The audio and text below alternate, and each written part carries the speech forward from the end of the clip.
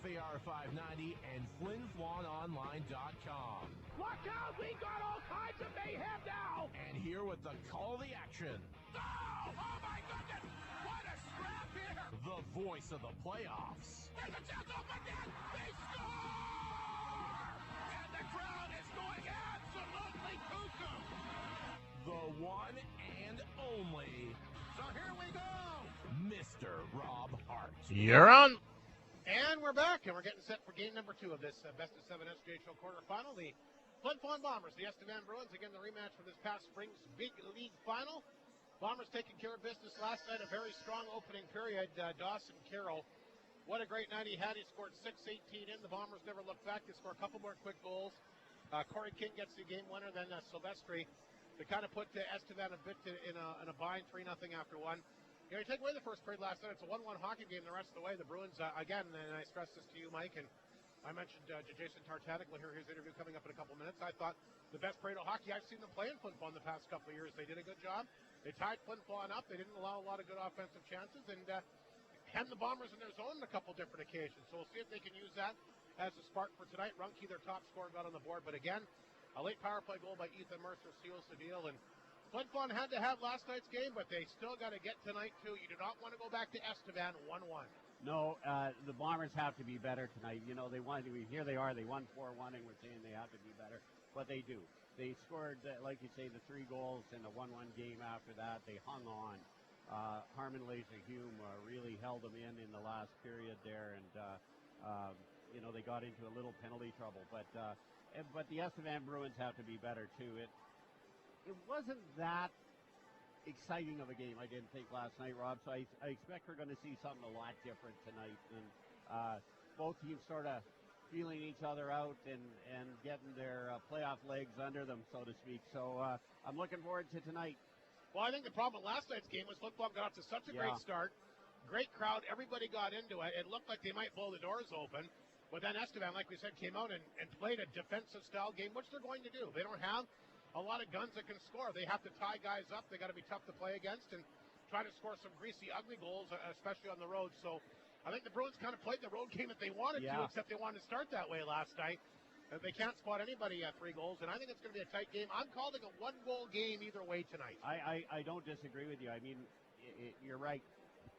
They were playing a very defensive game to begin with. They weren't streaking out of their end, going for the long passes. And the Bombers' forecheck was able to take advantage. And, you know, and the Bombers got players in front of the net. I mean, the Corey King goal, for example, Hrdekla couldn't see that. And you know, the Dawson Carroll goal, there was a bunch of people in front of the net. Well, Babic put it in his own net. Yeah. But there was a ton of people there. Babic had to be there to watch all the Bombers that were there. So that's got to continue. They have to make it hard for Cam Hrdekla to stop the puck. And if he sees it, he stops it. Well, and I'm expecting Estevan to come out hard tonight. They need to get the first goal. I mean, you look back to last year, Mike, the 7-game final, and the 2 games the regular season here, and, of course, the game last night, they've always had to come back from a hole.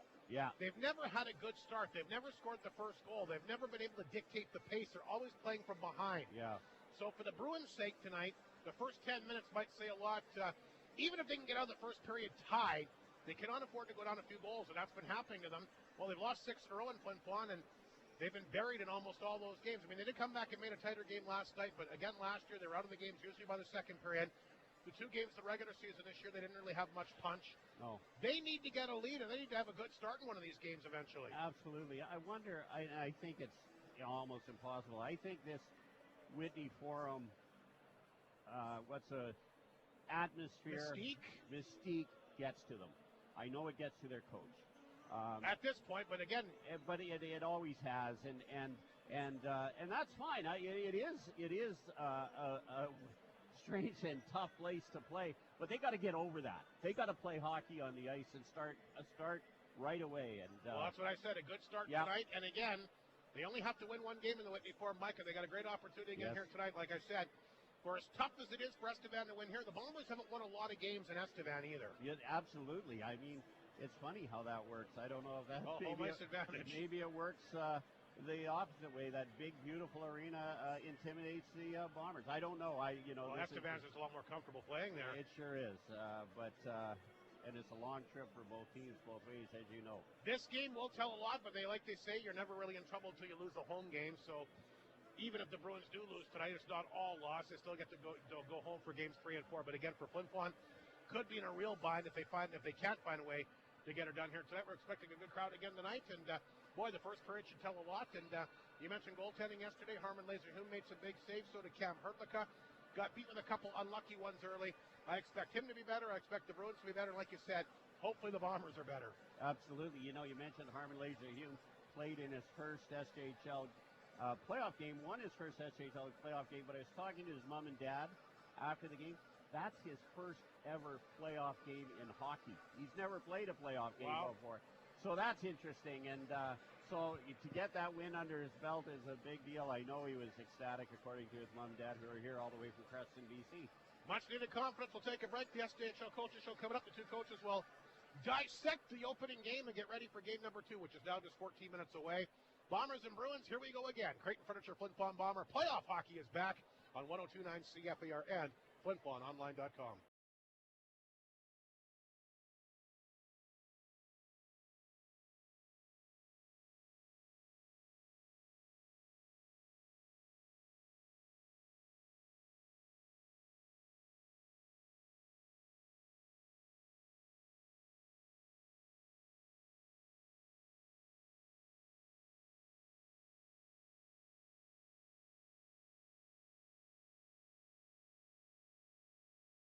It's snow check time at Frontline Sport and Leisure. Custom build and design a 2024 Polaris sled exactly how you want it. With exclusive features, options, and a special warranty, only available during snow check.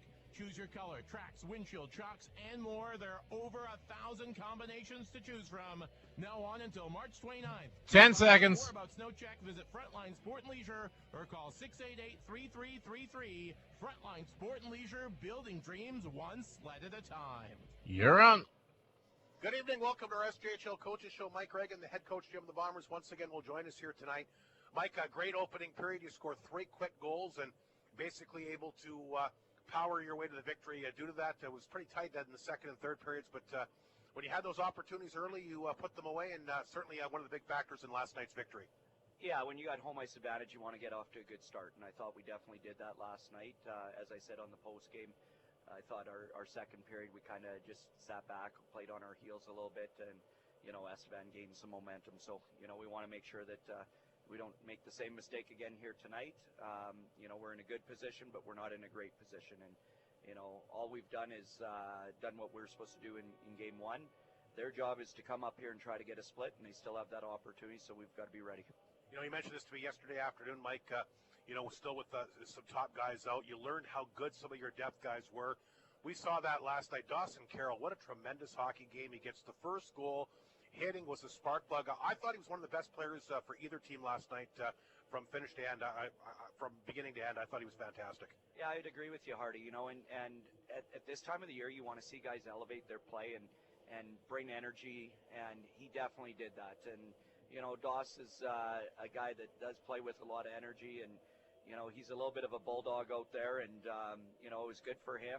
He's sacrificed for us this year, and never complained once about being in the lineup or not being in the lineup, and when his number was called, he goes out there and works. So unfortunately for us, his 10 games is up, and now he's down in Junior B until their season's over with, but couldn't be happier for him, and he gets rewarded for being a team guy, and at the end of the day, that's what you want out of your entire lineup, and when you got a young guy demonstrating that, I think it bodes well for the rest of the guys. Well, he was definitely an energy player for sure last night, and I thought, like I said, just a fantastic effort by him, and a great effort by everybody, Mike. I thought Liam Bridger was going last night. Did get one assist. I think he got an assist, actually, on the opening goal for Carroll last night. I thought maybe one of the better games I've seen him play the last few weeks. Well, Bridge is a big, strong kid, and he needs to play a power forward game.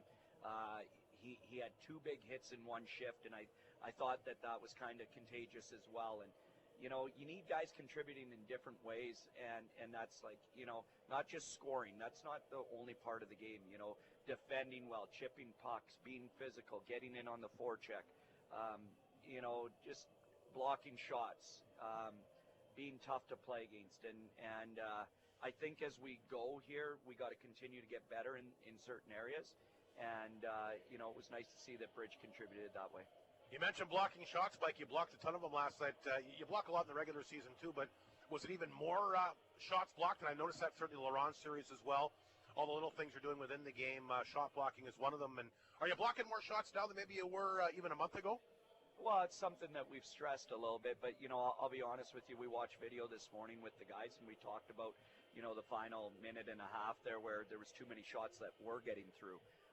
Thankfully, they didn't go in, but we, needed to do a better job there in the dying minutes of the period. And, I think that's something that you're always looking more out of your guys, and we'll continue to grow in that area too. You mentioned this last night as well. After you built up the 3-0 lead after one, you thought you kind of sat back a little bit too much in the second and third periods, and I know you don't want to do that again tonight with a desperate hockey team on the other side. Yeah, I mean, that's, again, something we addressed after the game. We addressed it this morning. We're going to address it before this game. But there are going to be highs and lows in the playoffs and in games. And you have to be able to, ride the highs and get out of the lows as quick as possible. So, I think that last night was a learning lesson. And, again, we'll grow from there and hopefully not make the same mistakes. We were talking a little bit about this before we went to air here today, Mike. Not a lot of penalties in last night's game. Just 2 minor penalties both ways. As a coach, are you happy with as lethal as your power play is that how you kind of want to see it go? A lot more 5-on-5 hockey. The referees did let the teams play last night. Well, I'll be honest with you, Hardy, and here's the thing. Like, from a strategy standpoint, we've got one of the best power plays in the league, and we have for some time. You would think that we would want more penalties or power play opportunities. Last night, I thought the guys did a great job, and it's not just because we won. There was a lot of, calls that could have went either way that in the regular season probably were called. We're playing playoff hockey. Let's let the boys figure it out. And there's nothing more frustrating than a constant parade to the penalty box and on either side, because then you got players questioning what is a penalty and what's not a penalty. You got coaches fired up, and now, the blood starts boiling a little bit, and that's where I think things get ugly. And I thought the two officials did a pretty good job. I mean, hey, there's no question. I wanted a couple calls early on in the game that we didn't get, but that's just the way it goes. And we were 1 for 2 on the power play. They were 0 for 2. So I don't think either team can complain about the officiating last night. If you ask the fans, I think that they would rather a game where there's less specialty teams. Well, another thing too, Mike, when you have a lot of specialty team situations, it doesn't give you a chance to roll 4 lines evenly. You got a lot of guys playing different situations. You had, again, a guy like Dawson Carroll, Liam Bridger, all these guys were getting lots of ice time and were able to, basically thrive off that. So again, with the specialty team situations, they're good, but again, not everybody gets out there. So we'll see how it goes here tonight, but all in all, you got to be happy that you're up by 1 game coming into tonight. Obviously a bit of a hole if you lose last night's game. Yeah, no, I agree with you, Hardy. We're in a good situation right now. I think that it's 1 day at a time, and that's got to be our focus. I think that our experience from last year helps us as a team and as a staff to just live in the moment rather than be focused on the past or where things are at. We got to win 1 game here tonight. That's all we can win. So we've got to make sure that we're ready to go. Sounds good to me. Good luck in game 2 here tonight. Thanks very much, Robert. Mike Reagan, the head coach of the Bombers, once again here on 102.9 CFER and FlinFlonOnline.com. Clear. Bailey Homes knows that you want your home to be just that, your own. They're ready to move homes, and on-site builds are customized so that you get exactly what you want. Bailey Homes prides themselves on the quality of the build and providing you with every aspect of their expertise. With years of experience building and moving homes to the north, let Bailey Homes make your dream home 10 seconds. reality. Call toll-free 1-855-773-0217 or visit bailey-homes.ca. You're on. SJHL Coach Show continues. Jason Tartanek, the head coach of the Bruins, will join us here tonight. Jason, a bit of a rough start for your team last night, down 3-0, but I thought in the second and third periods, I thought you hung in there. A 1-1 hockey game, and in my opinion, I thought the second period last night was as good a period as I've seen you play in Flin Flon the last couple of years. Yeah, I thought our second and third were definitely better than our first, but those have to be better as well. I'll give Flin Flon full credit. They had a great start, and they put pucks on net and got a screen goal and a rebound and a puck off our player. And they don't ask how, they just ask how many. And they got 3, so give them credit for putting pucks towards the net and getting that lead. Well, and it is the playoffs, like you said. They don't have to be pretty goals. They just have to go in the net, and especially in a series which many people think could get pretty tight here. Like you and I mentioned last night, you still got that opportunity to win in Flin Flon. You win tonight again, it puts them in a tough spot going back to your rink. So still, you still have a chance to get that goal that you had heading in, even after dropping game 1. Yeah, your goal is always to split, and if everything goes really well, you get 2. Obviously, that's not going to happen for us. So we still have the opportunity to get the split, but they're a tough team at home, and we're going to have to work to get it. You're a good team at home too, though, and a win tonight could really put things in your favor. Yeah, it could. Same thing. That's why the games are played, right? Whatever happens tonight, you still have to go and play that game at an affinity, and you still have to put the work in to get a win. Cam Hrdlicka, I thought, didn't really have a chance on any of the goals last night. I thought he made some good saves and kept your team in it. I think he was a finalist for goalie of the year for a reason. I thought he kept you in and gave you a chance to come back. Yeah, I thought both goalies played well, and I think I'm not sure if it was the third one that went off his chest. I think he'd like to have that one back, but there's not much he could have did on the other 3, and he made some other saves that were pretty key in the game to keep us in it, and I thought he played really well. What message did you give to your team tonight after last night's game? What do you say to your guys before the game tonight? Well, I don't think we played our best throughout the whole game from start to finish. That's what we have to do, and that's the message. Like, we got to play a full 60 minutes or as close to as possible. We talked a little bit about this yesterday as well. Both these teams are so different than last year. You really had a veteran-laden group that could handle pressure situations. Last night, were some of the younger guys a little bit overwhelmed to start the game? Is that maybe one of the reasons for a slow start? Yeah, I thought our new players, we talked about this quite a bit, just in playoffs in general, like what the playoffs were like in this league, and maybe they didn't believe me, but they found out pretty quick last night what it's all about. So, our leadership group's got to do a better job in terms of getting those guys ready for that too, and even themselves dictating it, right? I didn't think we didn't dictate too much in the first period, so. Our leadership group and our returning guys got to do that for us tonight. Are you looking to be a little bit more physical? Whereas at times last night you guys threw some nice hits, but do you need to be more physical maybe to start the game? Yeah, I thought they let a lot of stuff go. Right. But you know what? In saying that, there was nothing that was over the line in terms of being dirty. So you don't have too much to complain that way. But I thought the rest of that thing's going. We didn't really take advantage of that at times. I thought there were some penalties going both ways for both teams that couldn't have called earlier. But at the end, that didn't had nothing to do on the outcome of the game. It was the same for both teams. So we didn't adjust very well to it. I guess Flin Flon adjusted to how the refs were going to manage the game, and good for them. Like that's part of it.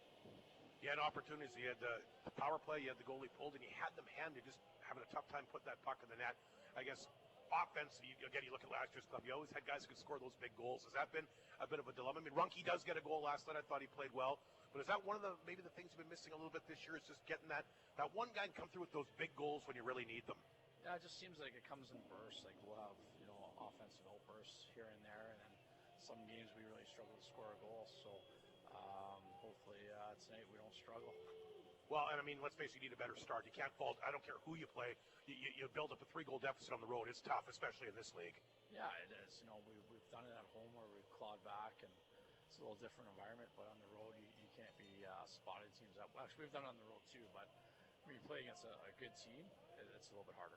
Got to ask you quickly before we sign off, how about those Weyburn Red Wings? You and I talked about this the last time you were here. They're going to give battle for trouble. They go in there and win last time. Were you surprised, shocked? Your thoughts on that? No, like we talked last night. Like I said, the 8 teams in our playoffs. I think any team can win that each series. I don't think it'd be an upset. I thought Weyburn's been pretty good since Christmas, and same with L'Orange and Melfort. Nipple and Humboldt, and I just think anyone can beat anyone. So last night was proof of that, and good for Weyburn. A win in Flin Flon. Is it just a confidence thing coming into this rink, Jason? Is that more of an issue than maybe just getting down to fundamentals? Yeah, you know what? We had guys that we had success here last year when we came up in the regular season. We won and then lost in overtime. We've played well here before, and even Game 3 last year in the playoffs, I thought we played really well and could have won that game, but we didn't. So we have played well here. It's just you just can't let Flin Flon get momentum early on in this rink. They feed off it. So that's for any team in their home rink. So I think that's the key. Is you have to take the crowd out of it, and by doing that, you just don't let them score.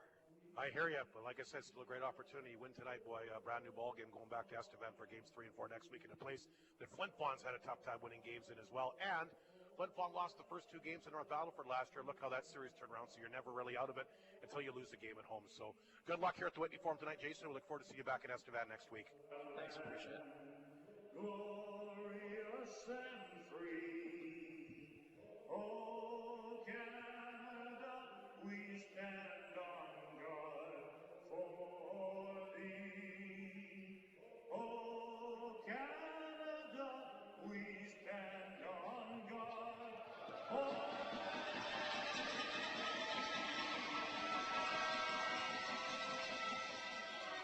Well, the fans are revved up, so are the two teams, and we're getting set for game number 2 of this SJHL quarterfinal series. Again, the Bombers victorious 4-1 last night means nothing heading into tonight.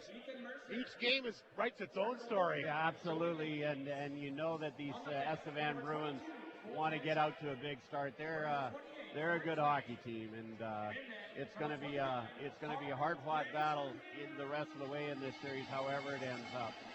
No, I mean, look at the Weyburn Red Wings. We talked about that last night. Nobody gave them a chance. They went right to North Battleford. Battleford losing in regulation for just the second time in their own rink. They were down a couple of goals, got 1 goal late, and those guys were so tough to beat. I don't know if you're aware. They scored with 17 seconds left, missed an empty netter. A guy was wide open and just missed again, but give Weyburn credit, they hung on. Estevan, expect the best effort you see from them in Flin Flon the past couple of years. I agree. Here we go. And we are underway with the opening face-off. Babbitt quickly will get this to O'Neill at center.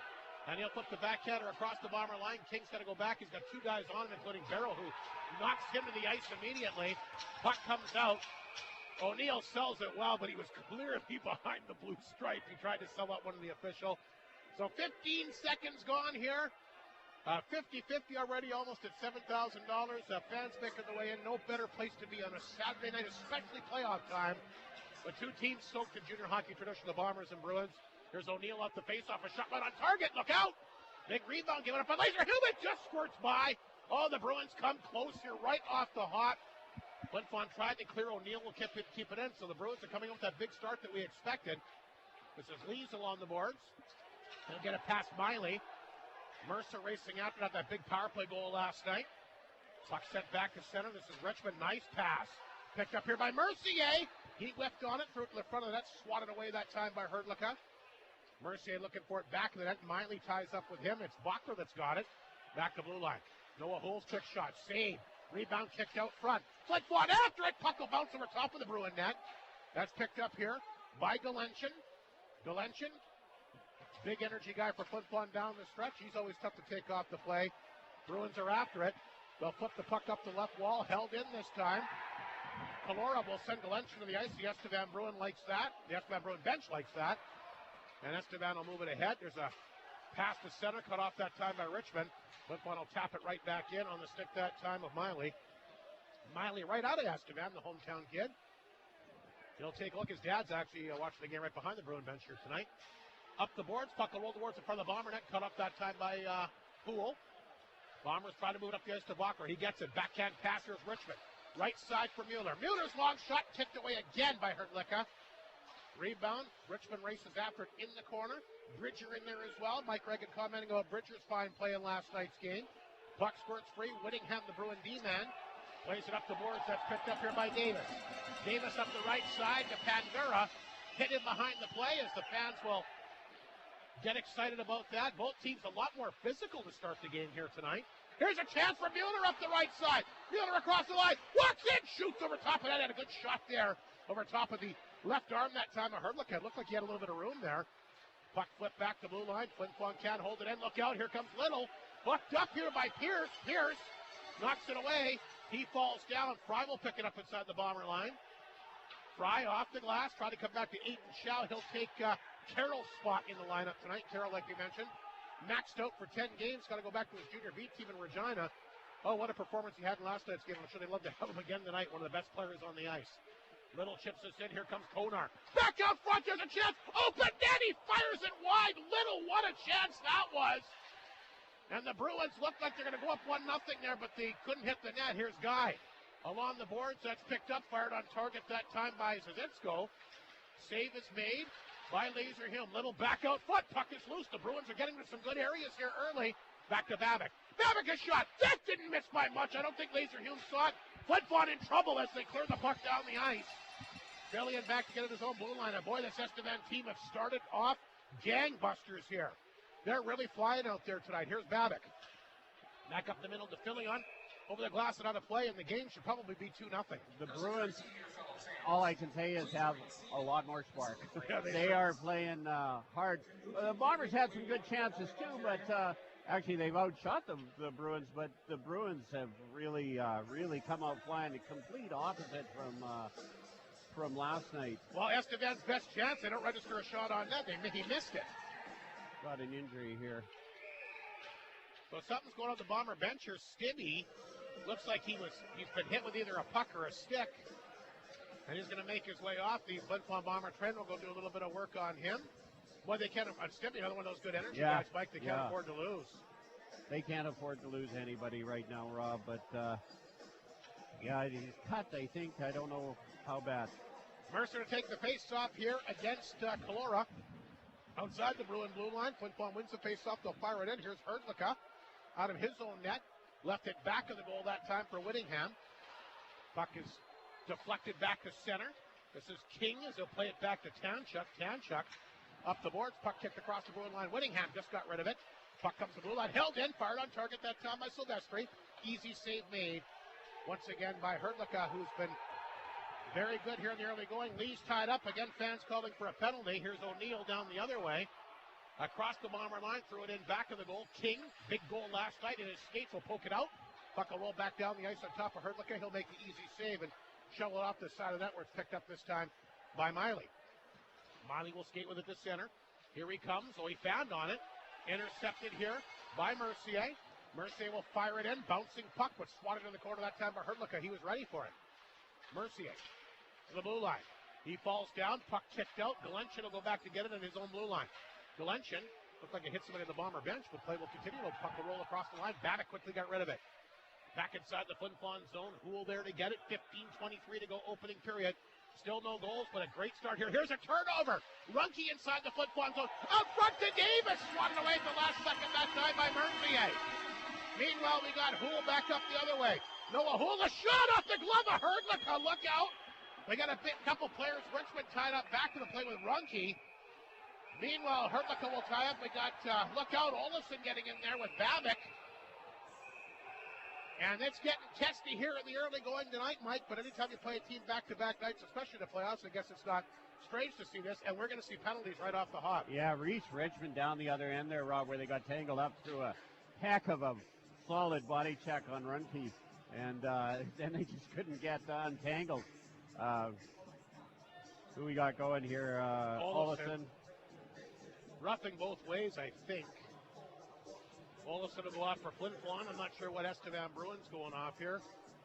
I think it might be Koner. It is supposed to be even. Or wait a second, maybe just a penalty against Flin Flon. So they got a penalty up on the board here. It'd be Olofsson for a rough, but I thought he signaled two roughings.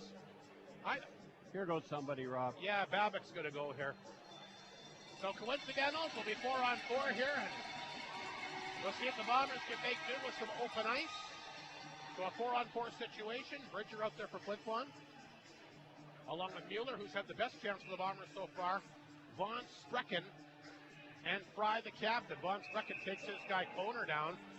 We talked about those guys battling last night. Von Sprecken takes him down right off the faceoff. Referee comes over there. Face-off outside the Bruin blue line. Estevan wins it. Koner feeds that one back over to Miley. Bruins will work it ahead. Knocked away by Bridger, but he can't get it across the Bruin line. Miley will get control of it.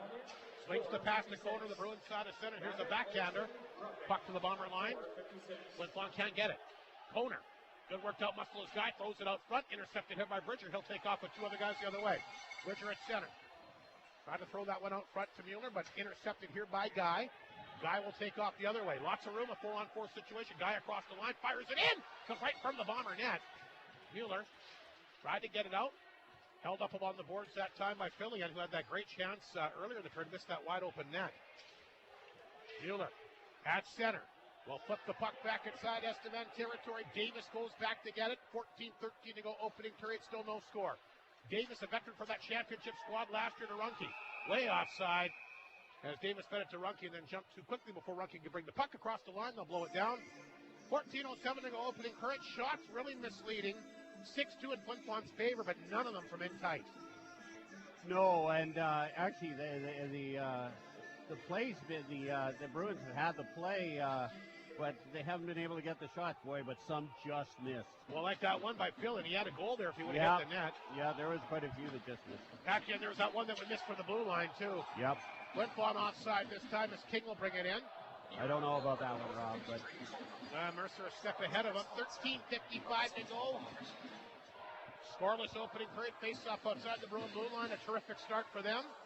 Runke, who had their only goal last night, 26 goals in the regular season, will take the face-off against Mercer outside the Bruin blue line. Another face-off win by Estevan. They've been dynamite in that department tonight. Guy, the Bruin D-man, will back of his own net. Swings the pass up the right side. Puck swatted to center. Knocked away by Tanchuk. Here's Mercer. Back across the blue line. No one to give it to. He gets bumped in the corner. Silvestri in there tried to get it free. Stolen by Mercer back of the net. Mercer from an off angle. There's a chance from in tight. Hurtlicka right there. Made a good save. So Flin Flon's first chance from in tight in this game. Runke meanwhile the other way. Runke will skate with it in the center. Down the wing, a quick shot. That got blocked by Tanchuk. He got it right back. He'll feed it back in the goal where it's picked up here by King. King drops it back to Tanchuk. Tanchuk, look out, had to get out of the, had to regroup with O'Neill all over him. Tanchuk makes a good move in his own zone. Here he comes. Pass to center, picked up here by Lees. He'll tap this one in for Mercer. Knocked away in the corner that time by Winningham. Olsen with the steal. Back up front, this is fucking scores! Jaden Mercier back in the lineup. And the Flin Flon Bombers have taken a 1-0 lead. What a play along the boards. Jaden Mercier back.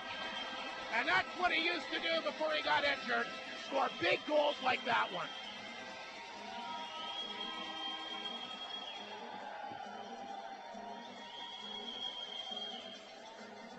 You know, Rob, Jaden Mercier, I was thinking he was getting his legs last night. He didn't, you can't blame him. But early in the game, I noticed him more engaged. And boy, oh boy, there he was, the old Jaden Mercier. The Bombers get the important first goal tonight. Jaden Mercier back in uniform gets the big goal. And the Flin Flon Bomber faithful love it. Listen to the ovation here at the Whitney Forum tonight. Play back inside the Flin Flon zone. Olsen got the assist on the play. Flin Flon deep in their own zone. Don't want to give a goal right back. Bruins are pressing. And Olsen, who we're going to talk to in our opening intermission tonight, has been very good for Flin Flon down the stretch. There's a steal outside the blue line that time by Shableski. And he'll fire that on target. And the Bruins come right back after that goal. You don't want to give that momentum right back. No way. And, like we said, you throw a puck at the net, you never know what happens. And that, again, most of the Bomber goals have been like that, where they're just throwing pucks to the net, getting rebounds, they're causing trouble in front. So, good to see Jaden Mercier get his first one in the playoffs. Shamletsky against Mercer, face-off deep at the Bomber zone. Mercer wins the draw. Flin Flon a 1-0 lead on Mercier's first of the postseason. Koner will hold it at the blue line. Now it's flipped out. This will force Wilson back inside his own zone. Feeds it back to Miley.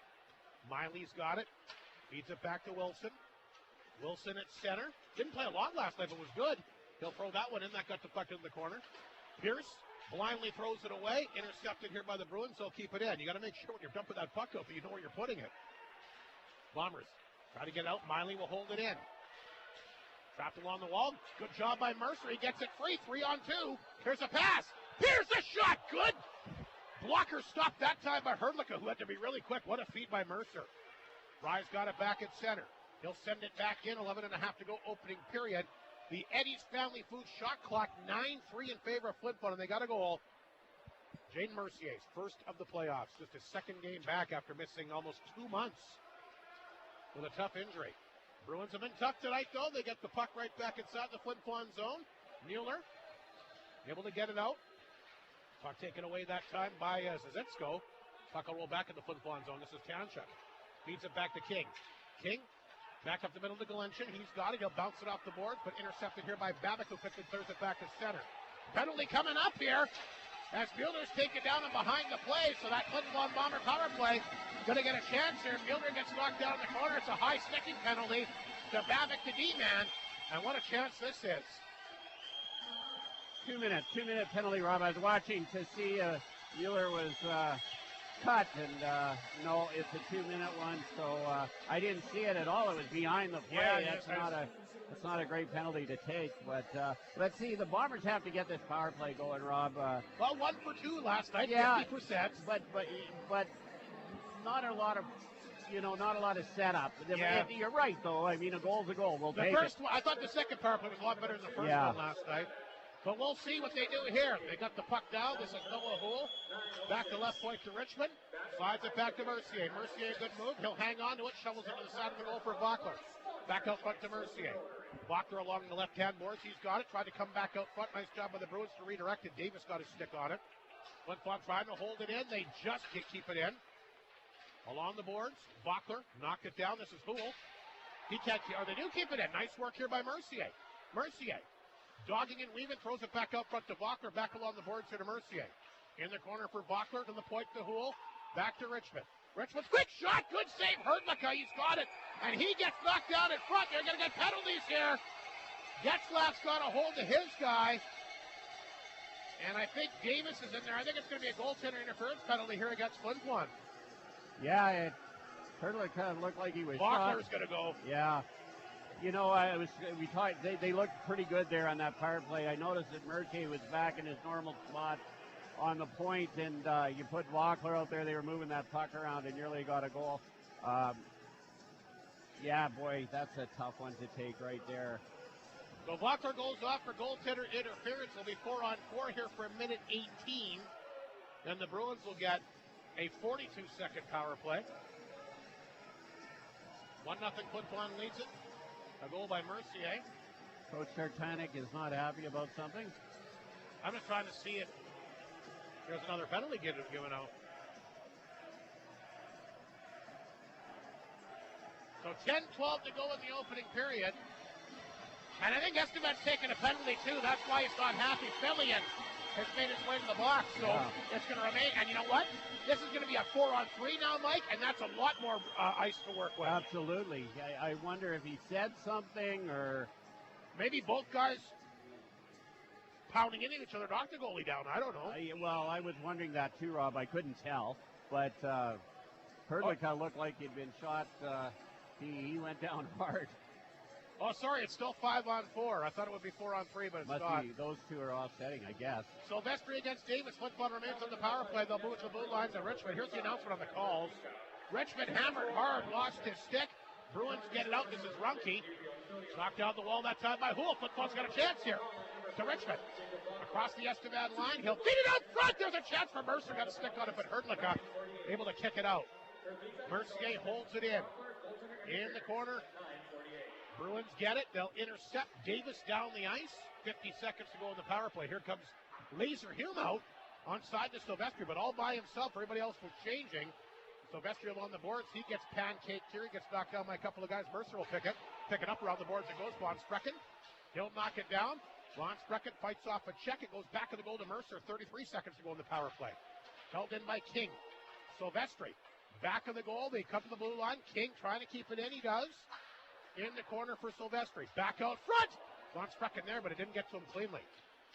Flin Flon holds it in. This is Tavchuk. Von Sprecken. Stop! Shoots! That hit Mercer actually in front of the net. Back a lot around the boards to Von Sprecken. Holds it in with 10 seconds to go. Back of the goal for Mercer. They'll chip it in the corner for King. He'll have to be quick. King tried to feed that one back to blue line, and it redirects here off of Little. over the glass and out of play. 2 seconds to go in the power play. 8:56 the period. There remains a 1-0 Flin Flon lead, an even strength goal by Jaden Mercier, the only offense so far. Another new look for the Bombers. They did it last night quickly and scored on the play. Alex Van Sprecken playing forward on the power play. They had Tanchuk and King on defense there. He's got such a great shot, Rob. Bridger against Barrow to the right of the goaltender, Cam Hertlicka. Big face-off in the Bruins zone. Off the face-off, here's Galenchik trying to wrap it up, but good save by Hertlicka. Just got the knob with a stick down along the post and kept it out. Power play is over. Flin Flon 0 for 1. Babbitt will take the stretch pass into the box. He'll dump it in on goal. Easy save as Laser Hill will push that to the corner.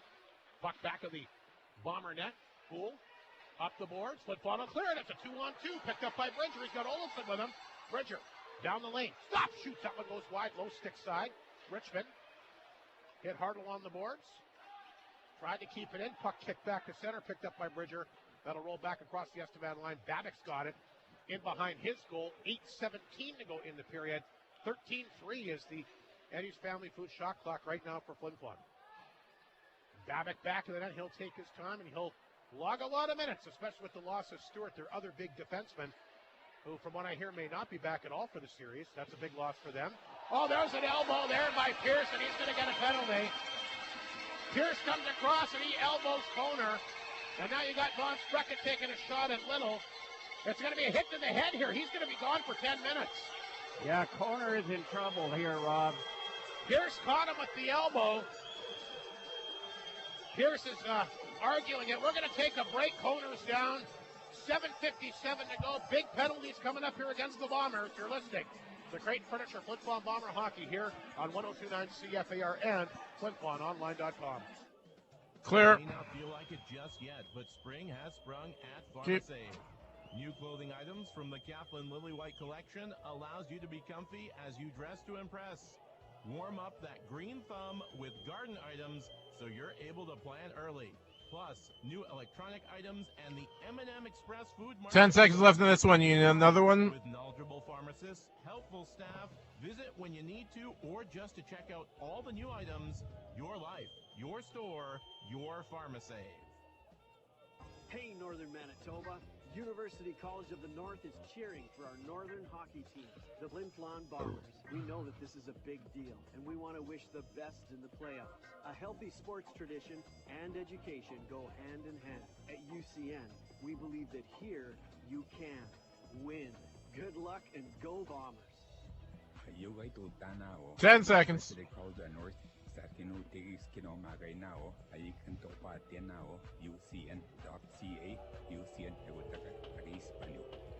You're on. Maybe 10 minutes, I'm not sure. Welcome back to Whitney Forum. Pierce has left the game, at least for now. Koner's also left the game. That's a big loss for the Bruins, and Pierce definitely elbowed him right below our broadcast location. He came across and cranked him. We'll see what type of penalty it is here, Mike. I'm wondering if this is a 5-minute penalty. It could be. Boy, you don't want to see a young man go off the ice. He was struggling. And that's a very big player for them. It is, yeah, absolutely. So I hope Koner is okay, and we'll have to see nothing. 5-minute penalty, I called it, and I think he's out of the game, too. What a chance here for the Estevan Bruins. Babbitt will hold it in, undisciplined penalty. You can't do that in the playoffs. Here's Babbitt. Long shot, redirects to the corner. The fans don't like it, but it is what it is. We got a Bruin down on the ice here again. It's Pangura. And I'm not sure what happened there. He's down, but he's up now. I'm not sure what he and Von Sprecken, I think, were tied up in the corner. But a major penalty. And remember, you can score as many goals as you want in a 5-minute major. That's right, absolutely. This is big for the Estevan Bruins. They need to score here and maybe score multiple times. Great opportunity for them. 7:39 to go in the period. 4:42 and a major penalty to Pierce. And did you hear what the announcement was? I know he hit him. It was a hit to the head, but it was major for elbowing. Did you hear what the penalty was? Just a major for head contact, okay. I believe, Rob. Well, fair. That makes sense. Puck is loose behind the Flin Flon Bomber net. That's picked up, sits around the corner. Mercer trying to get on top of it. Davis, who's been good, gets it back to Runke. This is Miley. He lets that one rip, blocked it front. Silvestri will tap her back down the ice. Here comes Herdlick out of his net. And he'll slow it down, and Miley will pick up the puck back with a goal, 4:19 to go in the major penalty. Miley will start up at his own blue line. Kangura at center. That one knocked away. Good job that time, Kamchuk. And again, the Bruins will have to start things off from square one. Here comes Olsen barreling down the ice, and Herdlick had to be careful as he'll drop it back of the net. That's picked up here by Miley. Miley's got it. Miley swings the pass to center. That's picked up here by Shemlevsky. Knocked down the wall. Good job that time by Fry. Miley forced back to center. He'll dish this one out quickly to O'Neill. O'Neill drops it back to Shemlevsky. Shemlevsky over the line that time for Barrow. Picked up and intercepted by Buckler. And back down the ice it goes. 3.5 minutes remaining in the major penalty. Little will touch up. By the way, the Estevan power play in the regular season wasn't bad, ranked 6th overall at 21.4%. The Bomber penalty kill ranked 2nd in the league this year at just over 85%. Silvestri poked it back to center. Babbitt there to cut it off, and again he's forced back in his own zone. They haven't been able to get really any momentum going as of yet. Shemlevsky, he'll flip it to Barrow. Barrow across the Bomber line, he'll carry it in. Barrow along the boards, loses the handle, but gets it back. Give him credit, he stayed with it. Barrow, deep in the Flin Flon zone a little. Around the boards to Barrow. Back of the goal. Fry tried to get a stick on it. Knocked it down. Lost the handle. Tried to stay with him, but Barrow will get it back to the blue line to Davis. This is Babbitt. Back to Davis. Stop, shoots.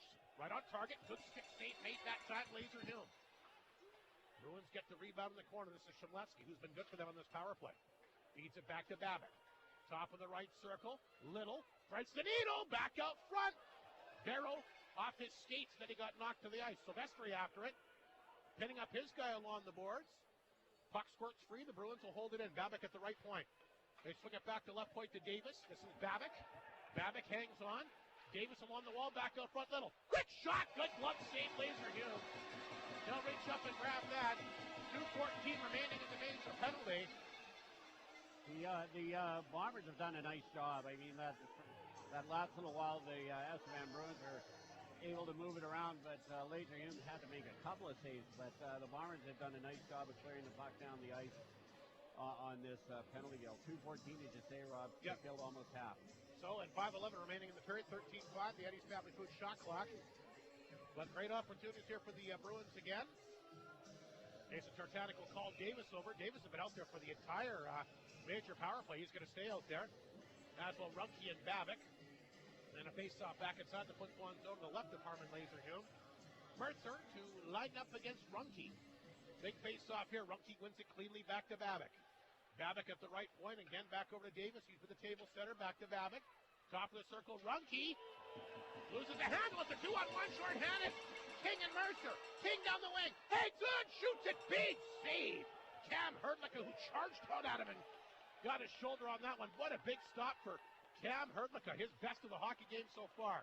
Bruins hold it in. Here's Runke, top of the slot. That gets blocked. 3-on-1 short-handed. Mercer. King.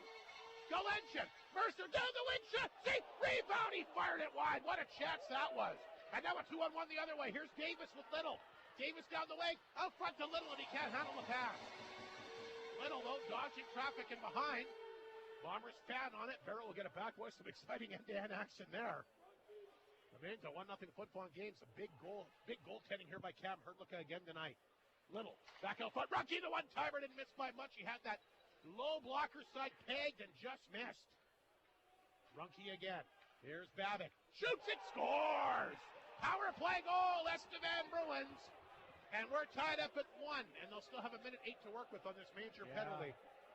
Yeah, that's a costly penalty, Rob. It was, very foolish. Yeah, Runke, I was thinking to myself, boy, oh boy, a power play's got to be good when you got names like Babbitt and Runke out on the ice. So, I don't know. I didn't see that. A lot of traffic in front of Laser. Yeah, I don't know if he saw it or not. It went through the 5-hole, but he made some nice saves on that. So they got, as you say, 1:08 left. It ain't over yet. No, Babbitt will get his first of the postseason, and it's 1-1. And Flin Flon had a couple chances short-handed there. They had a 3-on-1 and a 2-on-1. And came up after. They're going to get a chance again. Here's Bridger. Bridger taken off across the line. He's tripped up. There's going to be a penalty. Flin Flon will try to jump on the loose puck, and now so Bridger gets drilled, and will be 4-on-4 here for 52 seconds, and then Flin Flon will get another brief power play. Von Sprecken and Barrow getting into it. And boy, this is a lot more exciting than last night's game. It sure is, Rob. This is what we expected out of these two arch enemies. As I watched an interview on Regina TV with Coach Sertanik, and he said, we don't like each other very much, and they don't.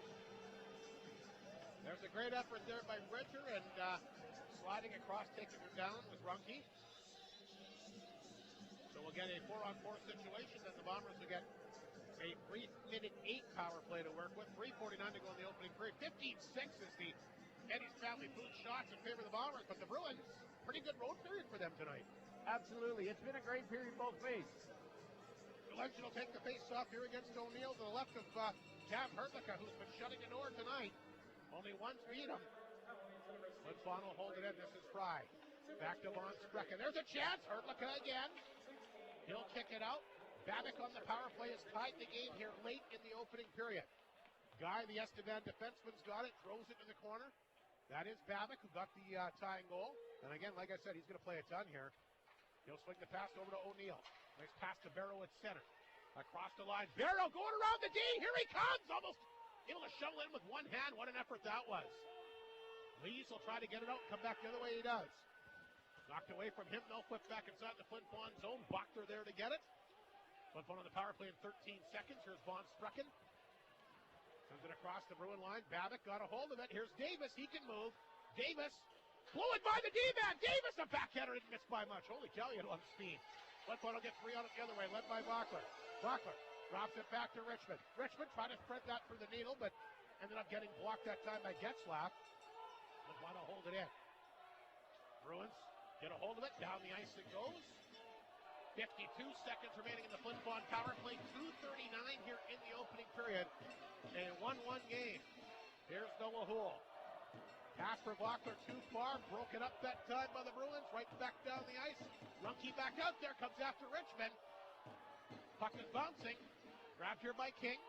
And King will swing the pass to Silvestri. There's a quick pass to Galinshin. He's across the line. Trying to feed it back out front to Silvestri. In his skates, he didn't see it. Puck plucked off the glass that time by Miley. And back down the ice with 21 seconds to go on the power play. 2:09 remaining in the opening period. This is Richmond. Sends the pass back to King. King down the wing. Puck knocked away. Galinshin can't hold it in. Tanchuk gets it his own blue line. Feeds it back to King. Here's a nice pass. Galinshin across the line. Feeds it over to Bridger. Bridger trying to cut in. Throws it out front. Intercepted and back down the ice. That'll do it for the power play. Flin Flon 0 for 2. Wilson will skate to the Estevan bench. Bridger will tap it back in. Guy is there. Knocked it away. 1.5 minutes remaining here in the period. Fry over skates it. Better be careful. O'Neill on him. Played it back up front to Von Sprecken. Here's the pass to center. Knocked away. Bruins throw it back inside Flin Flon territory. There's Fry. He'll clear it ahead. Intercepted once again by Guy and fired back in Flin Flon territory. Boy, the Bruins way more jump on their step than we've seen the last 2 times they've been here. There's a drop pass to Olofsson. He'll flip it in. Easy glove save for Hurtlicka. He'll grab it, throw it back in the goal for Whittingham. Around the boards for Shimlevsky. Off the boards to center. Von Sprecken waited for it, broke it up. Off the glass, sends the Bruins back in their own zone with 1 minute to play. Wilson in the corner. Flin Flon gets it back. Nice pass up front. Quick one-timer by Bochter. And how about Hurtlicka again? Oh, has he brought his A game or what? Cam Hurtlicka, brilliant once again. 45 seconds remaining in the period. He's been sensational. 16-6. The Eddie's Family Food shots, and Hurtlicka like a rock in there now, boy. Bruins one last gasp as Wilson will skate with it to center. Wilson across the line. Throws it in deep for Little. Zazitz goes open out front. He'll tap it to the front of the net. Look out. Laser Hill's got a pounce on this one. And he'll hang on with 27.9 seconds to go. Cam Hurtlicka maybe didn't care for the sim chant that some of the fans were throwing his way. Anything but. Yeah, anything but. It was interesting last night. He's good. He got hit in the mask, and it looked like he got a nosebleed, and we were saying that those masks don't cause injuries anymore, but that one did a little bit. He would stay in the game. He was fine, but Bombers win the faceoff in their own zone. 25 seconds to go. There's a stretch pass too far for Bachler. It'll roll down inside the Estevan zone. Babbitt takes a big hit back to the goal. Here's Silvestri.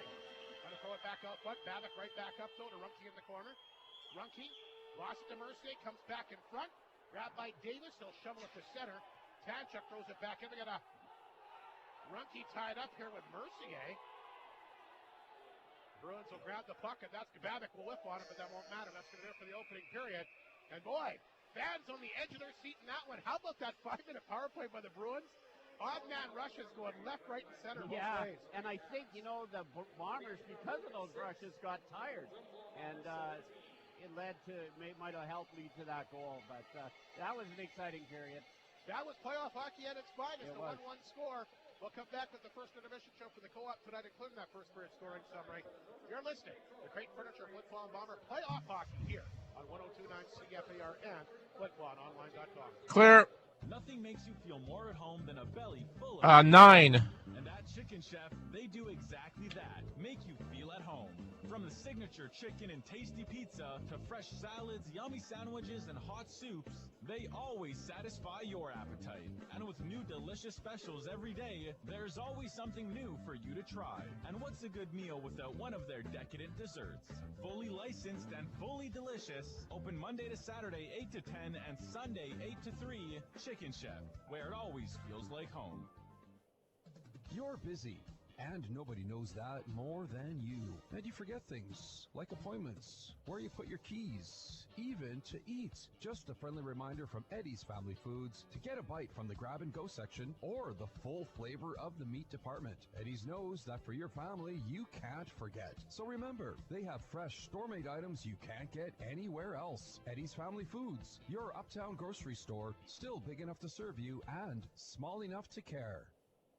Hud Bay is proud to be a sponsor of this Bomber broadcast. From donations for bursaries, hockey schools, clubs, community events, charities, and so much more, 10 seconds. Supported our community with dedication and generosity, contributing to events and organizations. Hud Bay thanks the people of Flin Flon for their continued support. You're on. And welcome back to the Whitney Forum. Rob Hart, Mike Slip, game 2 of this SJHL quarterfinal, and quite the period. The Bruins, what we talked about in the pregame show, they're going to come out and have a good opening period. They needed to do that. They did that. Boy, they took it to Flin Flon the early going, missed a couple of open nets, but they got a big power play goal. You get a 5-minute major penalty, you got to score at least one goal, and they did. The Bombers open up the scoring. A beautiful goal by Jaden Mercier, his first of the postseason from Olofsson at the 6:05 mark. The only puck to beat Hrdlicka, and they were in on him tight. And the first few minutes, a lot of shots to the outside, but as the period went on, Flin Flon, of course, was getting a lot more good chances, but Hrdlicka definitely one of the big stories again. So Mercier puts Flin Flon on the board, his first from Olofsson at 6:05. Then Babbitt on the power play, nothing fancy, Mike. He got the puck in the blue line. Quick release, goes through the 5-hole of Laser Hume. May or may not have been screened. There were certainly a lot of people in front of the net, but again, I don't care how hard you shoot the puck. If you never hit the net, sometimes a quick little release is all you need, and that's all Babbitt did to tie the hockey game. That's right, Wayne Gretzky's famous quote. So, it was both ways. The teams played great. What were the shots? 17-6, and as you say, a lot of them were from the outside, but those are okay as long as you're causing trouble in front of the net, and they did, and that's how they got that first goal, really. Mercier, it was great to see Jaden Mercier back on the power play, and I thought he had a decent first period, as Locklear back, and boy, Bridger played very well, too. Unfortunate for Flin Flon, they're down 2 players. Stippy got injured, has not come back, and then they lost Pierce to the hit to the head, so already a depleted lineup. They lose 2 more bodies here tonight. That could be a factor as this game looms on here tonight. Yeah, boy, that was a tough one. Koner struggled getting off the ice. And that's right. He's left the ice for Estevan, too, and that's a big player for them. So. Yeah, so, you hate to see that, but that's hockey, and it does happen. So we'll have to see what happens the rest of the way, Rob. But, I thought both teams played well at times. Estevan really got the jump at the beginning of the game, and they needed it, like we've said. So it is Mercier's first from Olofsson, even strength for the Bombers, and then Babbitt on the power play, his first from Runke and Little at 15:33 has tied it. The shots, like Mike alluded to, 17-6 for Flin Flon, but again, a lot of them from a well out and from definitely outer limits. They didn't get some tight shots in tight later, but first 12 or 13 were pretty much real perimeter shots. Anyway, Estevan 1 for 1 on the power play. The Flin Flon right now sitting 0 for 2. And that is the story. After the opening 20, when Flin Flon and Estevan were tied after one period of play throughout the regular season, the Bomber record, 9-8-1. The Bruins were 9-3-1-1 when they were tied after one. So, they got to be feeling a lot better about themselves than they were a night ago at this time when they're down 3-0 after one period of play. So. Absolutely. It's a tie game, and it's anybody's game. So, I think it's going to come down to goaltending, Rob, maybe, and we'll have to see what happens there. Herdlick has been good tonight for sure. We'll see if he can continue that on for the next couple of periods. They're going to need him to play big, obviously, to try and even up this series and get back to Estevan for games 3 and 4 Tuesday and Wednesday. Yeah. We'll take a break. Colin Olafson is our Creighton Pizza player profile. He joins us next. More of the opening intermission shows coming up right here on 102.9 CFAR and FlinFlonOnline.com. Clear. Bubbly sparkling water is Okay. the best. It has the fizz that gives the zest. With lots of flavors, there's no contest, cause you know bubbly. What are you doing? Just rapping about bubbly sparkling water to tell people how good it is. Is that really necessary? Well, you know, I wanted to, Why don't you just tell them that bubbly sparkling water has 15 different flavors, no sugar, no calories, and it gives you that refreshing and delicious taste you crave? I think that's a better idea. Arctic Beverages, proud supplier of bubbly sparkling water. Crack a smile. Northland Ford proudly supports the Flin Flon Bombers in the SJHL playoffs, and we know they'll play tough like the Ford F-150, the toughest truck on the market 45 years running. Northland Ford helping the community cheer on the Bombers as they fight to bring a championship home where it belongs, and will provide you with the best selection on the lot to choose from in the North, for the North, Northland Ford. He's in there all by himself with the door closed. Let's investigate. Come on, don't you knock? Oh my, that's a lot of Creighton's pizza. There's not only pizza, but lasagna, fried rice, salad. Look, burgers and wings by the dresser. Just having some Creighton's pizza. What did you think I was doing? By myself, in my room? 10 seconds. Closed? Of course, Creighton's Pizza to satisfy all your appetites. 688-2080. Fight for the last slice. You're on. Welcome to our first intermission. Our Creighton Pizza player profile, Colin Olafson, will join us. Colin, might not, a great opening period. Might not have been the prettiest of games after that point, but a win's a win, and it's anytime in the playoffs, anybody can beat anybody in a given night, so I know the team must be pretty happy with last night's victory. Yeah, it was awesome to start off with the win there. I mean, the first period you come out to a crowd that's crazy like that, it's hard not to get amped up like that and go out and perform.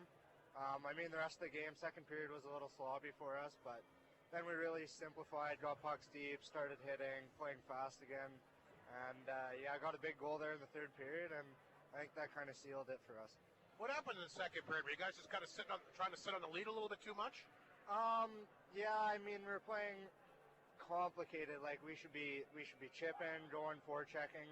In this building, it should be intimidating. We should be hitting bodies. I think we were just making too many cute plays, not getting pucks deep, being just too complicated overall.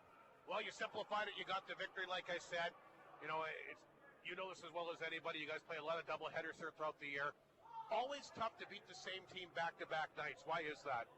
I feel like they're a little more familiar with what we're trying to do. It always is hard to beat a team 2 nights in a row. They're going to be ready tonight, so we got to come out strong, fast here, be physical, because as the series goes on, players on the other team, they might get banged up. So I think that's really a key, being fast and physical against these guys. Estevan, you saw them in the league final. Of course, you were there for the Centennial Cup last year. What was your thoughts when you knew that this was going to be the opening round matchup?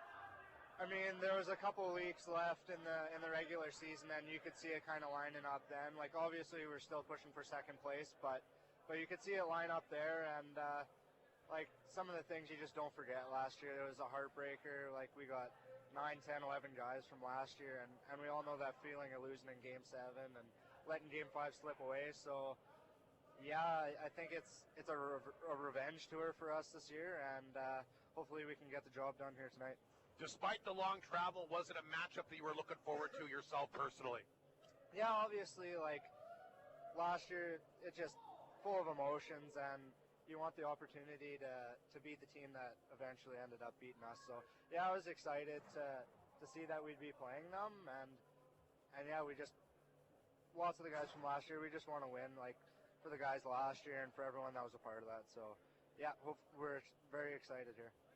Still missing some A guys out of the lineup, but boy, you guys have not missed a beat, boy, down the stretch. To me, that last regular season victory here against the Bruins really told me the character and determination of your club. I thought that was one of the best games I thought of the entire year. You're really undermanned, but boy, you found a way to get it done throughout the last month, but that game really jumps out at me.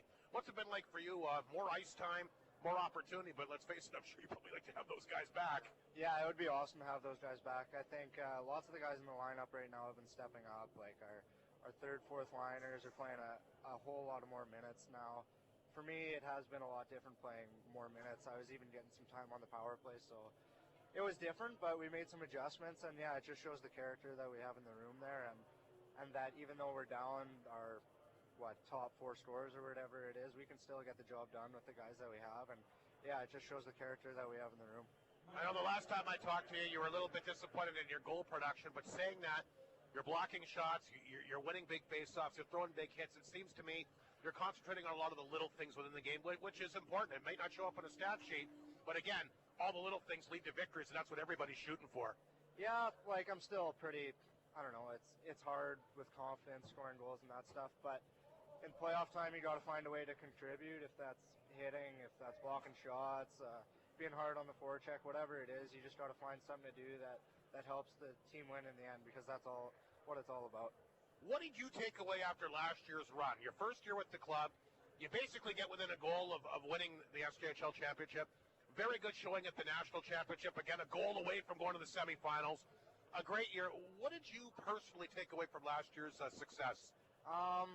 Yeah, there's a whole lot to take out of that. I think the biggest thing is, like, we had so much heart in that room, so much character, that we were down 0-2 against Battleford. Like, it wasn't looking too good, but we really just stuck with it, and all the boys stepped up, and we ended up going on the long run there. You just got to stick together as a team, and then anything can happen. Nice to have that crowd support. I mean, a great crowd here last night, and of course, you know what that's all about after all the crowds last year. I'm assuming you've never had a chance to play in front of crowds like that throughout your hockey career? No, that's just a crazy crowd. I mean, how can you not get motivated to play in front of a crowd like that? Yeah, I've never played in front of anywhere that has a crowd like that. Like, they just get you going. It's hard for other teams to come into this building and not feel intimidated when when a crowd's like that behind you. What's it like when you come out? The place is dark. You got the big light show going on, and a lot of people in the stands. You must have goosebumps, right? Oh yeah, you got goosebumps 5 minutes before you go onto the ice. I mean, it's just incredible seeing the fan support that we have here. Yeah, it's real exciting this time of year, and hopefully we can go deep so the crowds keep getting bigger and bigger. Best hockey moment for you anywhere you played before? What would be your biggest hockey moment so far? Oh, I mean, definitely, I think any part of last year, the overtime wins, one that really sticks out to me, it wasn't even like a play I made or anything, just being a part of it. Game 3, we ended up taking Battleford into overtime and scoring a huge goal in overtime to get us back to a 2-1 series. I just think that was a really big turning point in our playoff run, and I think that was huge for our team there. Big moment for you, when you look back at your Bomber career so far, a big moment for you personally that jumps out? Personally, that's tough. I mean, I haven't scored many big goals, but I remember one game in L'Orange, not so much on the score sheet. I blocked 3 shots in a row and ended up being a huge kill for us, and that helped my confidence so much, just doing some little things that helped the team out there. So maybe that one. And it's always tough to win in L'Orange, so those are good ones. Kylan, thanks for this. Looking forward to game 2. Looking forward to, like you said, hopefully a deep Bomber playoff run. So thanks for this, and good luck tonight and the rest of the playoffs. Awesome. Thank you very much. Kylan Olison, our Creighton Pizza player profile here on 102.9 CFER and FlinFlonOnline.com. Clear. Features on my new washer and dryer. This one is for extra spin, and with this one here, I can program a delayed start, though I haven't figured that one out yet. Oh, and it's got all these lights over here. I have no idea what they mean. Yep. Oh, and over here. Sophisticated, not complicated. With a Whirlpool washer and dryer from Creighton Furniture and Appliance Center, you get the technology without the confusion, and you can ask all your questions before you buy. Whirlpool washer and dryers are simple and efficient, and when you get your Whirlpool at Creighton Furniture and Appliance Center, you know what you're taking home. staple items like bread and buns, or just because items, muffins, cookies, and pies so good you think you're dreaming, but you're not. You're at the North of 53 Co-op. I know, you're shocked, but you shouldn't be, because the Co-op serves up hot and delicious baked goods every single day. And the only place better than their bakery is Mom's Kitchen, and that's debatable. The North of 53 Co-op, you're at home there. RAG 1987 Limited in the Paw have brand new ATVs for spring and summer adventures. Get your hands on a brand new Honda Foreman 520 that comes with a front differential lock and 2 to 4-wheel drive. Or the Honda Rubicon 520 with independent suspension. 10 seconds. Automatic transmission equipped with a high-low range. Head on over to RAG 1987, your trusted auto parts retailer store in the Paw. You're on. And welcome back. We're just underway in the second period. The Flin Flon Bombers got the puck deep to the Bruins zone, but Estevan will get a hold of it. O'Neill chipped it back. Here's Calora. 2 Bruins across the Bomber line. He'll fire that over top of the net. A 1-1 game as we just enter the second period here tonight. Here's a chance for Flin Flon. Lee's down the wing. He's got Sylvester. Then Lee stops, shoots. That got blocked. Rebound chip back out front. Here comes Barrow. Barrow, nice move at center. In over the Bomber line, hangs on, shot gets blocked. Calera! Oh, he drilled that one over top of that. A good chance for the Bruins there early in the second period. Galenchik knocked it down, can't get it out. Barrow again, walks in, shoots off the mask that time of Harmon Laser-Human. Bomber defense caught with the puck up here early. They will send it down the ice, and again, you got to give Estevan a lot of credit. They didn't have that push last night. I mean, pretty easy for a team not to cough the puck up. You never have anybody in your face. Yeah, exactly. The Estevan Bruins off to a similar start as they had in the first period, with a lot of pressure on the the Bombers early. Down 2 men here again tonight. The loss of Pierce, who probably is going to be suspended for a couple of games as well. And Stibby's out, but then, of course, a big loss here for the Bruins tonight as well. There's that big hit to Koner. And my understanding is with Koner, it's not so much the hit that he took to the head, but his leg, the way that he went down. And he's had an injury problem with the leg in the past. That seems to be the issue. He can't put any weight on his leg. Yeah, a number of people mentioned that. Here's Bridger, stood up at the line. Good body check that time, Whittingham. Pangura will play it back to blue line, held in by Bridger. Throws it out front. Oh, Herdlicker's got it. He kind of looked behind him. Doesn't know where it is. But he's got it tucked nicely in. Somewhere. In that pad. It went up in the pad and got lodged in there. You're right. He still doesn't know where it is. It's in there somewhere. Frontline Sport and Leisure on the town scoreboard tonight. None of these other games have started yet. What a shocker last night. The Weyburn Red Wings taking down the Battleford Stars. Can they do it 2 nights in a row? Boy, that'd be something. I think Battleford took the play to them, but obviously some good goaltending. The shots were pretty close, though. Was it? Yeah. The other games tonight, Nipwood at Humboldt. Of course, the Broncos winning handily last night. Larange in Melfort tonight. They're going back and forth. Wolves with a big win last night. Here's O'Neill across the Bomber line. Sorry, both the first 2 games are in Melfort at the Palace. I remember they had home ice advantage. They'll throw it back to Babick at the blue line. This shot nowhere near. Then Barrow picked it up, fired off the side of the goal. Bruins looking good here in the early going in the second period, but Babick can't hold it in. Spins and fires, but they'll have to get onside. And Houle picks it up back in the Bomber net, swings that pass to Bridger at center. He'll tap it right back in. Mueller races down for it. Knocked away, though, by Guy.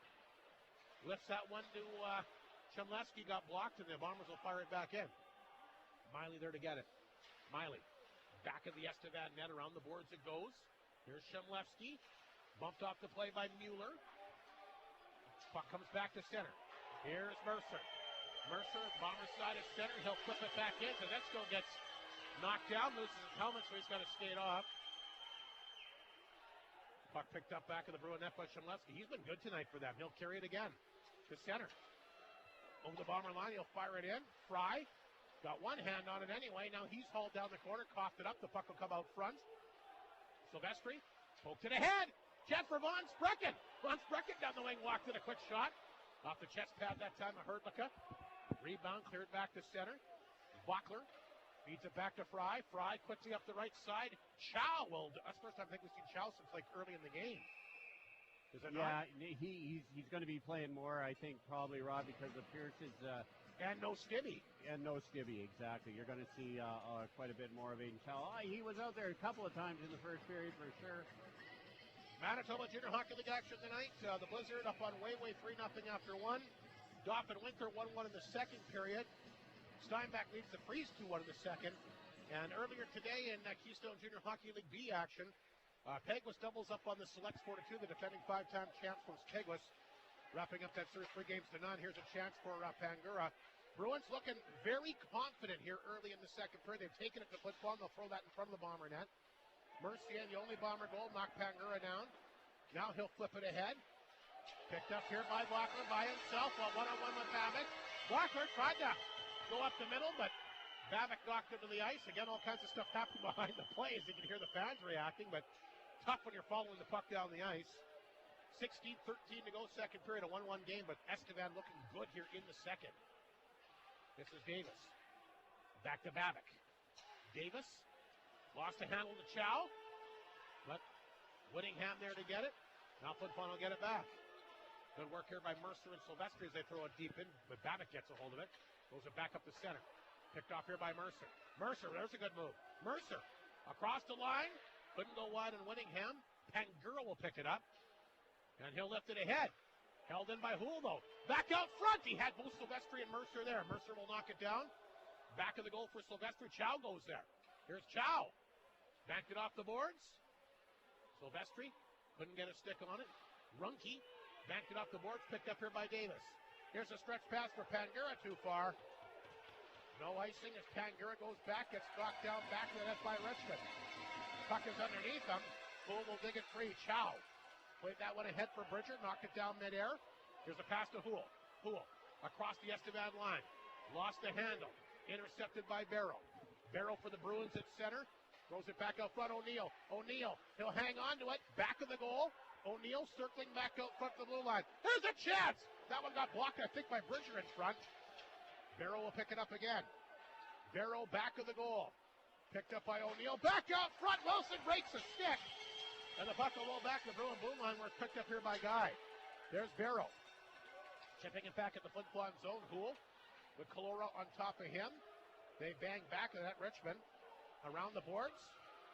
Mueller gets it ahead to Olofsson. 2-on-2 with Bridger, who's been up there a long time. Bridger flying down the left side. A long shot. In and out of the glove that time. I heard like a rebound. Flin Flon trying to put it back out front. It's Babic. Gets it back to center. Cut off by Mueller. Down to 14-17 to go in the second period. Still a 1-1 game. Here's Fry. Off the boards. Vaughn Strucken will pick it up. Ahead to Galenchin. Galenchin will throw it back in deep. Galenchin in there.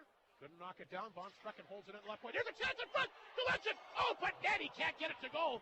Hrdlicka stretched out. He might have got a piece of it. Here's Fry's chance. Redirected again by Galenchin wide. Couple good chances here by the Bombers. Remains a 1-1 game. Did Hrdlicka get a piece of that? I think he might have, Rob. He sure stretched out. He sure stretched out. He's in the zone tonight, boy. Here's the stretch pass to Blockler, right back to Mercier at center. He falls down, and we got Fry tangled up a little in behind the play, and now Guy and Mercier all over each other as the puck is sent back in the Flin Flon zone. 13:30 to go. Boy, it's quite a battle out there tonight, isn't it? It's happening at all ends of the ice, Rob, and as you say, you watch the puck, you're missing half the game at the other end. It remains a 1-1 game. Estevan, a lot different team here tonight. Mercer set for the face-off inside Bruin territory. He'll line up here against Little. The right of Cam Hrdlicka. The Eddie's Family Food shots 20-8 in favor of Flin Flon. Getzlaff can't clear it. Held in here by Mercer. Throws it back in deep that time for Silvestri. Silvestri back of the goal. He'll hang on to it. Silvestri works it back to blue line to Township. Township shot. Gets blocked. Coder will pick it up. So Coder's back out there. How about that? Coder back in the game. They still get it at center and send it inside the Bomber zone. That's got to be a big lift, is it not? Yeah. Boy, the way he left the ice, I didn't think we'd see him for the rest of the series. Coder is back, so that's a big bonus here for the Bruins in the second period. 13-11 to go. They'll need all hands on deck here trying to get this big victory here tonight. Try to go back to Estevan even at 1. Huge lift for them, and we know Pierce definitely won't be back, and Skibby I don't think has come back to the bench, has he? No, and Lee's is struggling a bit on the bench right now, too. Mercer back to that wrap around. There's Herdlicka. He has it. He'll hang on. Oh, boy, bodies flying everywhere. Like a bowling alley down there, bodies falling. Guy went flying in there, so did Getzlaff. And now we got Mercer tied up here with Koner. They want a piece of each other. I think are there penalties being handed out here? I don't think so. No. I heard the siren going, so I thought maybe I missed something. 13:02 to go, second period, 21-8. The Eddie's Family Food shot clock in favor of Flin Flon. And boy, these teams really going at each other tonight. You can really sense it. It's a playoff game for sure. The intensity both ways has been terrific. Mueller wins the draw, gets it back to King. King shot! That one hit somebody, went wide, didn't make it through to Herdlicka. Buck bouncing. Bruins play it back to O'Neill at center. Here's O'Neill. He'll dump it in and chase it down himself. O'Neill picked it up in the corner. Feeds it back to Miley, but he can't hold the line. Gets away from him. He rolls back and picks it up inside his own zone with Mueller on top of him. Here's Babbitt. He'll lift it back across the Bomber blue line. King trying to get back. Throws it in the corner this time for Bridger. Bridger knocked it down. Makes a good play to play it ahead to Olofsson. 3 Bombers away to center. Here's King, the defenseman, pinching in. Dropped it back to Mercer. His quick chance. That one redirected off Miley, went wide. Knocked down by Galenchin. Galenchin back out front to King, but intercepted that time by Babbitt. One pass too many, maybe that time. Little feeds it back to Babbitt inside his own zone. He'll take a look. He'll swing the pass back over to Miley. Miley back to Babbitt. Center ice looking for Little. Broke it up that time by the Bombers, but Pangura gets it back. But Flin will flip it back towards the Estevan line. Babbitt waits for it. Just knocked it away that time from Bachler. Galenchin. He'll poke it back in. Here's Galenchin down the right side. Back out front. Mercer to Bachler. Can't get a stick on it. Fry. He'll knock it down. Fry through traffic. Nice pass out front. Galenchin. Oh, he missed the open net. What a pass. Puck goes off the stick over the glass, so it's 2 missed opportunities for Galenchin. It's tight here in this second period. Yeah, I wonder if he was looking for Bachler standing on the corner, but good pressure by the Flin Flon Bombers, Rob. They having a heck of a time solving Herdlicka right now. 11:35 to go, second period, a 1-1 game. It's 4-2, the shots in Flin Flon's favor. Eddie's Family Food shot clock right now in the second, 21-8 so far in the game. But the Bruins have tied it. A big power play goal by Babbitt late in the opening period. They're right in this one at 1-1. Mercer off the face-off. In the corner. There's Silvestri back to Fry. Calling for it, Von Sprecken. Just held it in as Davis was on top of him. Silvestri will knock it down along the board. Silvestri through traffic. Herdlicka stopped that. Rebound. He's got that one as well. Puck laying now at the back of the Bruin net and picked up this time by Wilson. He'll carry it out. Poked away by Fry, but right on the stick that time of Runke. Runke across the line, fires that over top of the Bomber net. Here's Chow to the blue line. Puck held in. Davis has got a chance. Davis to the front of the net. Backhander! Oh, nice right pad save that time by Laser Hume. That's his best stop of the night. Chow gets it back to center. Here's Runke. He'll fire it back in. The save is made. The Go Bomber Go chant starts up here. The fans trying to get their team in the game as Estevan continues to press. Puck set to center. This is Colora. Back to Guy. Up the boards. I don't even know how anybody's going to even hear the whistles when it gets that on. Look out! Laser Hume getting into it here as the Bruins, O'Neill goes flying in the front of the net.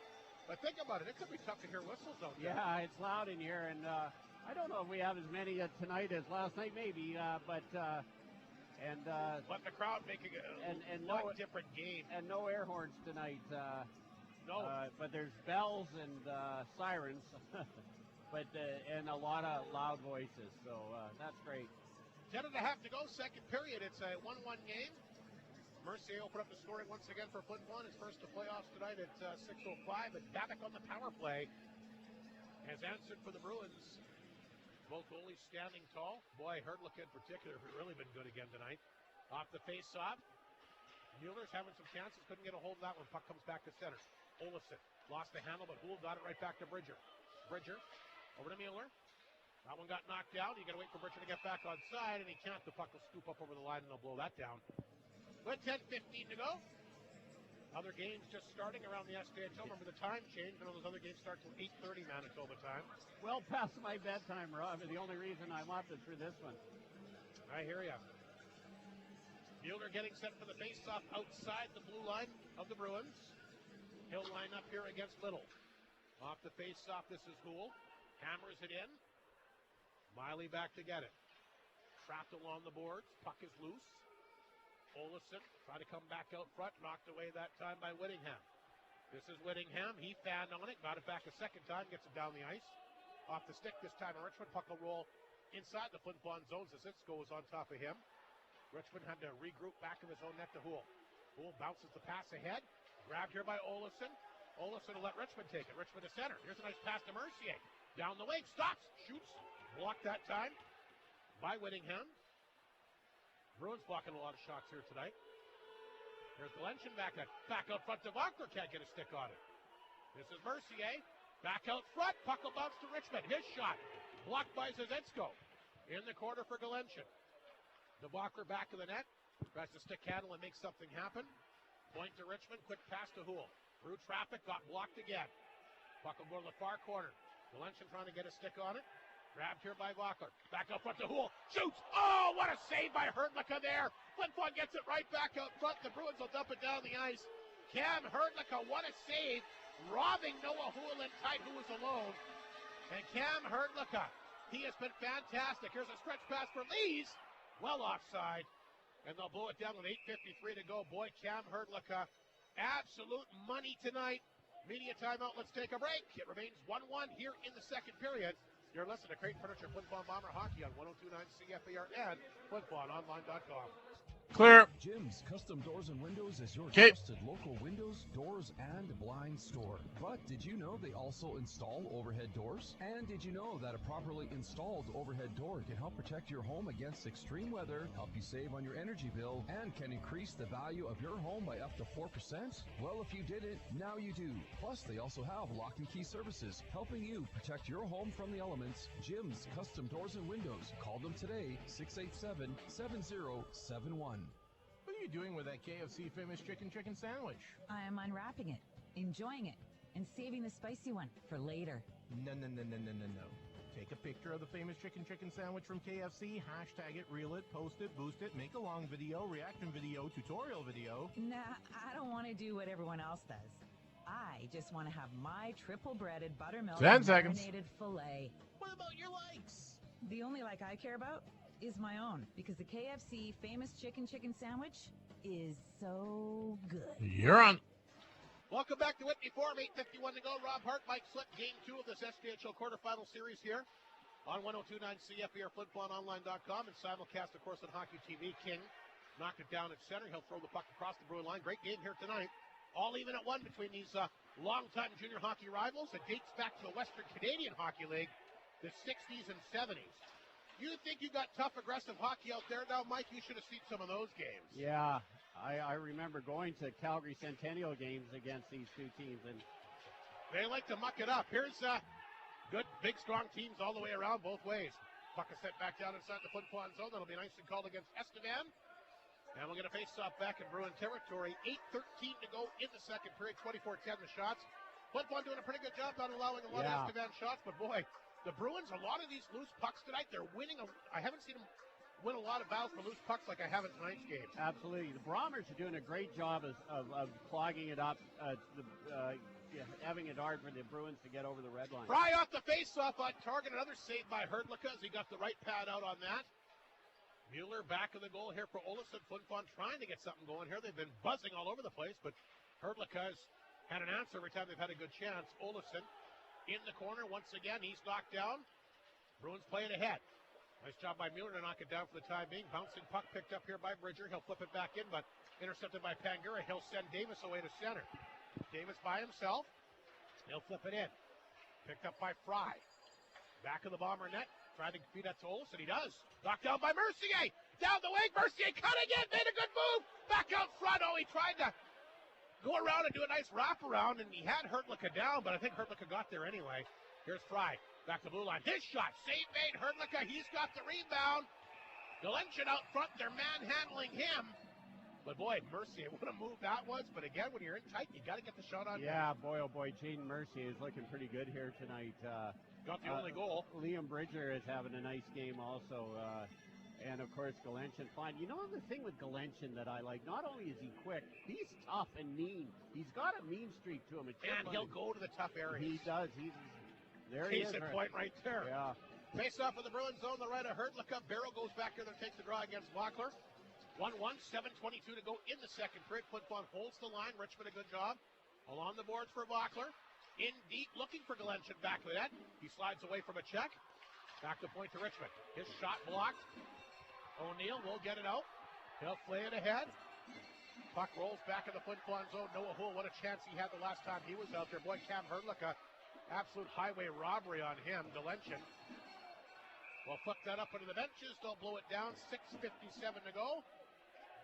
Holy, look at that 50-50, Mike. $11,485. We're not even through 2 periods yet. Somebody walked away with 16 around just over 6,900 last night. Any idea? Well, it wasn't you, I guess. No, I do know who it was. I don't know if I should mention that. No, that's fine. Long-time hockey fan, Mike? Long-time hockey fan, Well, yeah. that's good, then. Whittingham can't hold it in. It'll come across the blue stripe. Flin Flon will grab it. The Bruins will get outside the zone. There's a quick pass to center ice to Silvestri. He'll dump it in this time for Mercer. Whittingham breaks that up back of the goal. Silvestri pokes to the blue line. Nice job by Richmond to hold it in. Goes towards the front of that. Babbitt knocked that one down. Here's Silvestri taking it right off his stick. Silvestri, a backhander. Hit a skate. Lead pass for Shevletsky at center. And then flipped it back across the Flin Flon line. Cool. Was Zisto on top of him around the boards for Chow. He's tripped up along the boards. The puck comes to the blue line. Held in. There's a long shot on goal. And glove midair. Look out. Houle getting into it here now. I think that's Shemlevsky. You've mentioned his name a lot tonight. He's been good for them. He's been very good tonight, yeah. Actually, the interesting thing is Runke was their best player last night. Not noticing him at all tonight. It's been Shemlevsky. Davis has been good. Pangura, who's out there now. Runke out there. Well, Runke can strike at any time, though, can he? He sure can. I mean, boy. Davis has been really good for them tonight as he'll take the face-off here against Blumen and wins the face-off back. Just held in. Nice job that time by Getzlaff. In the corner for Davis, over skated at Townchuck. Lost a handle to Runke back of the goal. Puck laying and behind the bomber. They shovel it out front. Speaking of Runke, gets a great chance there. And a good save by Harmon Laserhume. I don't think I should have brought his name up. I might have woke up the sleeping giant. Yeah. What a chance. That was a quick whistle, too. That puck was loose. Boy, Pangera has looked good in the previous games here. He was their best player here back for those 2 regular season games back in January. Absolutely. He was playing with a mission. Runke will take the face-off here against Bridger to the left of the goaltender, Laserhume. The Bruins win the face-off again. Davis right back to Guy. Long shot! Knocked down in front. Puck laying there. Picked up here by King. Swatted away by Pangura. Bruins get it again. Miley along the right-hand boards. His shot. Good glove save that time, Harmon Laserhume. Estevan gets some chances here. Yeah, now Estevan with the pressure, Rob. They're winning the face-offs. Yeah. 5:49 to go, second period, 26-13. The Eddie's Family Food shot clock, but they are deadlocked at a 1-1 score. Big game here tonight. Bombers have had chances, but boy, Cam Hurtlicka, razor sharp down the other end. Now Harmon Laserhume starting to make some saves. They win the draw again cleanly. Back to Miley. Band on it. Now the puck hits a skate, comes out. There's Calora. Back to Guy. Guy at his own blue line. We'll feed that back over to Miley. Back to Guy. Guy's got it at center. He'll take off. Guy across the bomber line. Hammers it in. This is Corey King off the boards. Flin Flon can't clear. Barrow spins, fires on target. Good blocker save. Rebound far off the side of the net that time by O'Neill. Here's Mercier. He'll chop it down the ice. That'll be an icing call. And boy, the Bruin forecheck seems to be frustrating these Bombers right now. You can see the way that Mercier slapped that puck down the ice. He did it kind of with a little bit of disgust. They're getting kind of trapped in their own end. Danchuk trying to get off. He's hurt, so he might be able to get off the ice. Normally when you ice the puck, you can't make a change, but he's shaken up. He looks like he's been cut as well. Yeah, Cole Tanchuk had a great game last night. I asked him afterwards, and he was double shifted, Rob. Bruins win the face-off. They'll fire it to, you were telling me that after the game. He throws it in the corner. Mercier along the boards with Bachler. Again, the Bruins good work here as they pin it up along the boards. Bachler tied up with somebody. Now Little gets dumped here by Fry. They'll send the puck back to Glenn. Here's a pass outside the zone for Mercier. He'll chip it in. Bachler will fly in here after it. Bachler picked it up in the corner, tried to come back out front, but nobody was there. There's a Shimletsky. Drops it back to Whittingham. Whittingham, the Bruin D-man, will send it in and go off for a change. Laserhume stops that in the corner. On the boards, it goes to Lees. Lees lost the handle. This is Fry. Back of the goal again. Picked up here by Von Sprecken. Up the middle, Pat. He sends Mercer in. Mercer behind the D. He rips that over top of the net. Lees on the rebound on target. And Hertlicka there. And what a pass that was to get Mercer in alone. But you got to hit the net. Might slip. On those ones, you sure do, Rob. You know, the Bombers lately have done this long stretch pass. They've used Mueller a lot on that, and it's been effective for them like that one. But as you say, you got to hit the net. Laurent just taking a 1-0 lead on Melford here in the opening period. Of course, they won the opening game at the Palace last night by a score of 3-1. Boy, that'd be big for the Wolves to win 2 games in Melford and go back for games 3 and 4 at the Mel Hagland. That's not a task that I'd want. No. Puck lifted back in the Bomber blue line. Fry will swat it away. Bruins got to wait, but Von Sprecken comes over and gets it. Swings the pass to Silvestri, taps it back across the line. Here's a give and go to Calora. Calora across the Bomber line. Calora, here's a quick chance, a good shot. Kicked out that time by Laserhume. Rebound O'Neill to the blue line. Knocked down here by Miley. He'll keep it in deep. Back of the goal for Calora. Puck is laying there, tied up here with Fry. O'Neill in there as well. They shovel it back out front. Miley's got it. Miley shoots. Oh, knocked down in front. I don't think Laserhume saw it. Rebound fired over top of the net that time by Barrow. Boy, Flin Flon running around again. They'll get it out. Well, the Bruins are playing a good game here tonight. Lift it back inside Estevan territory. Here's Babbitt. Quickly to get it back up the ice. Onside to O'Neill across the Bomber line. Stops, shoots. That gets blocked. On the stick of Pangura, but he overskated it. Now he'll trip up Mueller. He's going to take a penalty. Tough one there. Yeah. But we'll see if the Bombers can respond. They're 0 for 2 in this game. Yeah, they have to get a little more pressure, get set up, and get people in front of the net here. It's going to be interesting to see who goes out on the ice. Well, we know who's going to go. Flin Flon Bomber power play coming up. Once again, they were ranked number 2 in the regular season. The Humboldt Broncos wound up at number 1. So the Bombers, for much of the year, have the number 1 power play. It's still 25%, still pretty effective. The Estevan penalty kill in the regular season. The Bruins winding up 7th overall. Here's Flin Flon going to work. Chance out front. Silvestri can't pull the trigger. Back to Mercier. Tees it up. No, he'll make the shot in tight for Bachler. Bachler back out front to Richmond. To Houle. Trying to get in position. Back to right point again to Mercier. He's got the goal tonight. Bachler back to Houle. Houle just holds it in. Shot got blocked. Bounces out front. Silvestri can't get a stick on it. Now the puck is played out. Flin Flon's got to go back and get it on their side of center. 1:25 to go in the power play. Just 2.5 to go in the second period. Here's a stretch pass for Bachler. Onside. Silvestri behind the D. He'll get a quick shot away. Hertlicka stopped that. This is Mercier. Back of the goal for Bachler. Bachler hanging on to it. Back to Houle at the point. Tried to throw it in deep to Mercier. Does get there. Was partially blocked. Now it's thrown away in front, but Estevan can't clear. Richmond in tight for Bachler. Here's Houle. Quick chance. Save. Hertlicka. Open net. They score! Silvestri will get a hold of it. He'll flip it in the empty net. And the power play comes through. Cam Hertlicka again. No chance. He was down. Did everything he could. They couldn't clear the puck in front of the net. I think that's the only way you're going to get pucks past Hertlicka tonight. Again, he had no chance on that when he was down on his stomach. But what a play by Alexis Silvestri. As we saw throughout the regular season, Mike, he's good at scoring goals. He sure is. You know, I always say the goalie's got to make the first save. Cam Hertlicka made the first save. Goalie's got to, you better make the second save. He made the second save. Third one's a crapshoot, and that was what went in there. Silvestri will get his second of the playoffs. It'll come at the 17:59 mark.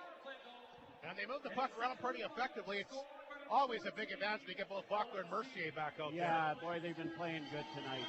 We'll see how the Bruins respond. Miley quickly across the Bomber line. Miley stops. That one got blocked by King. Loose puck back of the net. Richmond and Houle, the two D-men will get the assist. The puck is back of the Bomber net. Lees tries to tie up his guy. They get free. Back to Whittingham. Long shot that goes wide. Mercer took a big hit. Puck will stay inside the zone. Bruins, just like they did after the opening goal tonight, come back with a real good battle. In the corner for Galenchin. Can't get it out. Bruins hold it in. Tegan Little knocked it down. Little, he's tripped up. There's a shot on target. And Laserhill will make the save and hang on. So the goal by Silvestri. His second of the playoffs. Richmond and Houle will collect the assist on the power play goal at 17:59. But boy, Estevan really came back after that, didn't they? They sure did. I thought maybe there might have been a penalty call there, but no. They really, it's been a pretty even period, I think, Rob. Both teams playing pretty good. 1:12 remaining in the period. Face off deep in the Flin Flon zone. Olofsson will take the draw here against Barrow. Off the face-off, puck goes to the side of the Bomber net. Picked up here by Fry. Quickly off the glass, puck is out. There's Bridger racing behind the D. He'll pick it up. Good head of steam by him. He flipped to the far corner for Olofsson. Olofsson, back to net for Bridger. Try to chuck it back out front. O'Neill, he'll knock it down with a minute remaining in the period. He throws it to the far side. This is Kalora. Off the boards to Barrow. Barrow at center. He's been good for the Bruins tonight as well. Oh, he gets hammered here by Von Sprecken, but stands his ground. Fry, back the other way. Lost that one to Barrow. You got to make sure again when you're trying to clear that puck out. Olofsson in the corner. He gets drilled here by Kalora. This will give Bridger a little bit of room to get it out. He'll play it ahead. Slapped in by Mueller. Here's Herdlicka. Around the boards to Barrow. We're down to 22 seconds remaining. Pass knocked down at center by Vockler. Trying to shovel that one ahead. Zizitsko takes it from him. He'll fire it back in. Pool back of the net. Around the boards it goes to Galenchin. Slaps it down the boards. So Vockler will try to take off after it with Guy there to intercept that. Right on the stick that time of Miley. And he throws it back to center. Picked up by Galenchin. And the Bombers will take a one-goal lead in the locker room. A big power play goal here in the second period, courtesy of Alexis Silvestri. We'll take a break. We'll come back with the second intermission show, including that second period score and summary. Great game tonight. The Bombers in front 2-1. Power play goal the difference right now here on 102.9 CFAR and FlinFlonOnline.com. Clear. Busy, and nobody knows that more. 9. And you forget things like appointments, where you put your keys, even to eat. Just a friendly reminder from Eddie's Family Foods to get a bite from the grab-and-go section or the full flavor of the meat department. Eddie's knows that for your family, you can't forget. So remember, they have fresh, store-made items you can't get anywhere else. Eddie's Family Foods, your uptown grocery store, still big enough to serve you and small enough to care. Snow Check time is here at Frontline Sport and Leisure. Custom build and design a 2024 Polaris sled exactly how you want it, with exclusive features, options, and a special warranty. Only available during Snow Check. Choose your color, tracks, windshield, shocks, and more. There's over 1,000 combinations to choose from, going on now till March 29th. To hear more about the Snow Check program, stop in at Frontline Sport and Leisure today or call 688-3333. Frontline Sport and Leisure, building dreams, one sled at a time. Brew for 2 at Chicken Chef. From 7 until close every Tuesday night, you can enjoy their famous chef burger for $2 when you purchase an on-tap draft. Plus, Wild Wing Wednesdays every Wednesday night from 7 till close. Order a grown-up beverage and receive an order of Jumbo Chef wings for free. Specials Tuesdays and Wednesdays, but at Chicken 10 Chef, seconds. breakfast, lunch, and dinner, it always feels like home. Dine in or take out at Chicken Chef, proud sponsors of this Bomber broadcast. And you're on. And welcome back to the Whitney Forum. Rob Hart bike slip, just the one goal in the second period. Mike, a big one. Alexis Silvestri on the power play. Boy, Richmond Houle, they control the blue line. They threw it out front. Herdlicka made the first save, and the puck was kind of bouncing. He was down, and Silvestri didn't get a lot of wood on it, but with Herdlicka down and out, he had a whole net to shoot at, and he shovels it in for his second in as many games. Boy, what a big goal that was. Yeah, the defense sort of left Herdlicka on his own there. He was down and out. You got to clear the bodies, clear the puck, and they left the Bomber Silvestri standing there. So that's the only goal. Silvestri's second from Richmond and Houle. Power play goal late at 17:59, but the Bruins did respond.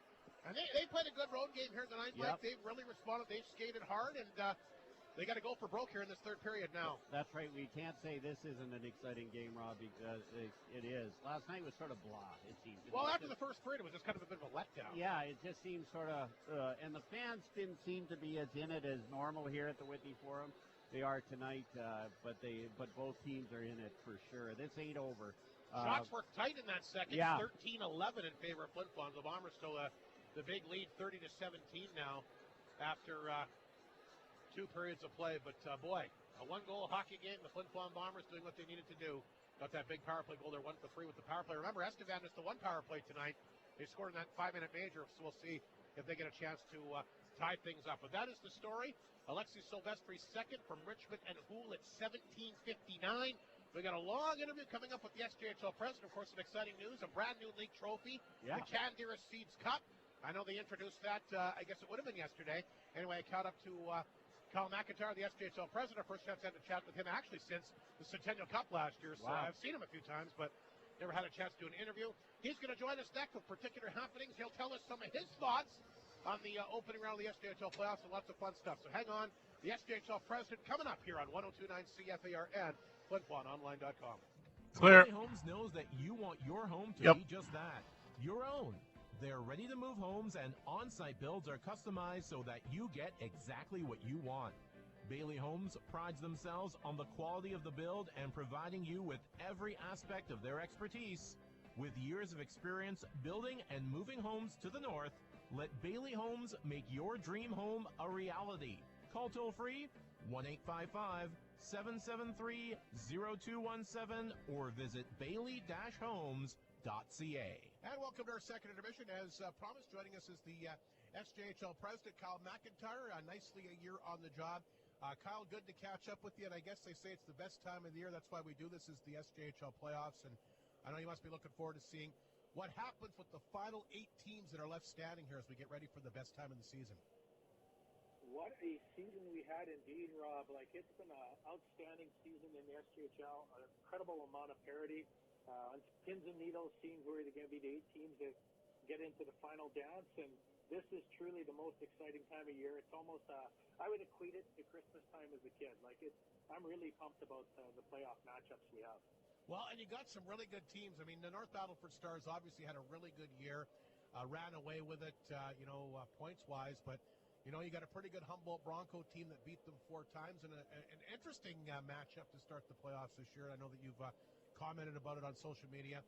Rematch from this past Springs League final, the Bombers and Bruins. You got the furthest north team against the furthest south team, but I know you were in attendance. You just kind of nicely were jumping into the job when this league final was going on. But let's start with that, Kyle. What do you remember from last year's league final? Because I know you were there checking out a lot of the action.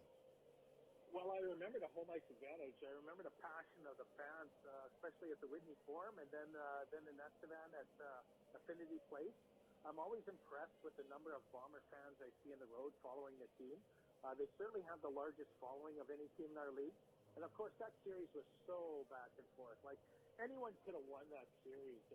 And I mean, secretly, before I took the job, I was pulling for the Bombers because of all the tradition that the Bombers are steeped in and the passion of the fans. And, of course, the old proverbial moose leg going on the ice. And it was really a series where home ice advantage really tilted in favor of the home team. It certainly was, but, heading into that series, Kyle, and I know you obviously follow the SJHL pretty strongly. I mean, being a former player, I know you've been involved in hockey in lots of different capacities. A lot of people thought that it might not be that close. I got to ask you, was the series closer than you thought it might be? It was, and I really thought the Bombers were a better constructed team. I liked their goaltending better. I liked their back end better. I like the way that they played a complete 200-foot physical game. They could do a little bit of scoring. They could do some pounding. They could compete with anybody. I really thought, when you looked at on the matchups on paper, I really felt the Bombers were better constructed and better positioned. And certainly if you watch the Bombers, probably like you did and many of the listeners, they certainly got better and better and better come Christmas time. And so I think they really surprised some people. And I think guys like Kuzma and Smith and Mercier and And the goaltending, the Cal-Chow, like that really tilted the favor in favor of the Bombers. And I think some unfortunate penalties at the wrong time in the championship series was the difference between the Bombers prevailing and the Estevan Bruins prevailing. Well, it was interesting to me because, like you said, I mean, Flin Flon really fed off the obviously the ambience of their crowd. I mean, the games in Flin Flon, games 4 and 6 weren't even close. Like the Bombers outscored them like 13-1 or 13-2 in those two games. But I got to give Estevan credit there, Kyle. You know, I really thought Flin Flon had the momentum going back there for Game 7. But as I'm sure you're aware, the Bruins, they shut them down. They didn't give Flin Flon anything. It was almost a textbook hockey game, how I thought the Bruins played Game 7 to win the championship. But I got to be honest, I thought Flin Flon was going to be able to pull it out with all the emotions they had going into that big Game 7. And with really nothing to lose. I did too, Rob. And really, if you're at the game for Game 7 in Estevan, they really played a trap game. And so Estevan really did a good job taking away the middle of the ice. They shut down all the offense that the Bombers were generating throughout the year. And so Jason Tartanek, to his credit, came up with a game plan that was going to stifle the Bomber offense. And certainly he diffused any bombs the Bombers were bringing in Game 7. He did, and they meet again in the opening round. I guess your thoughts on how you could see this one playing. I think it's going to be a deep series again, Kyle. I don't think anybody's winning this in 4 or 5 games. I wouldn't be surprised to see it go the max again.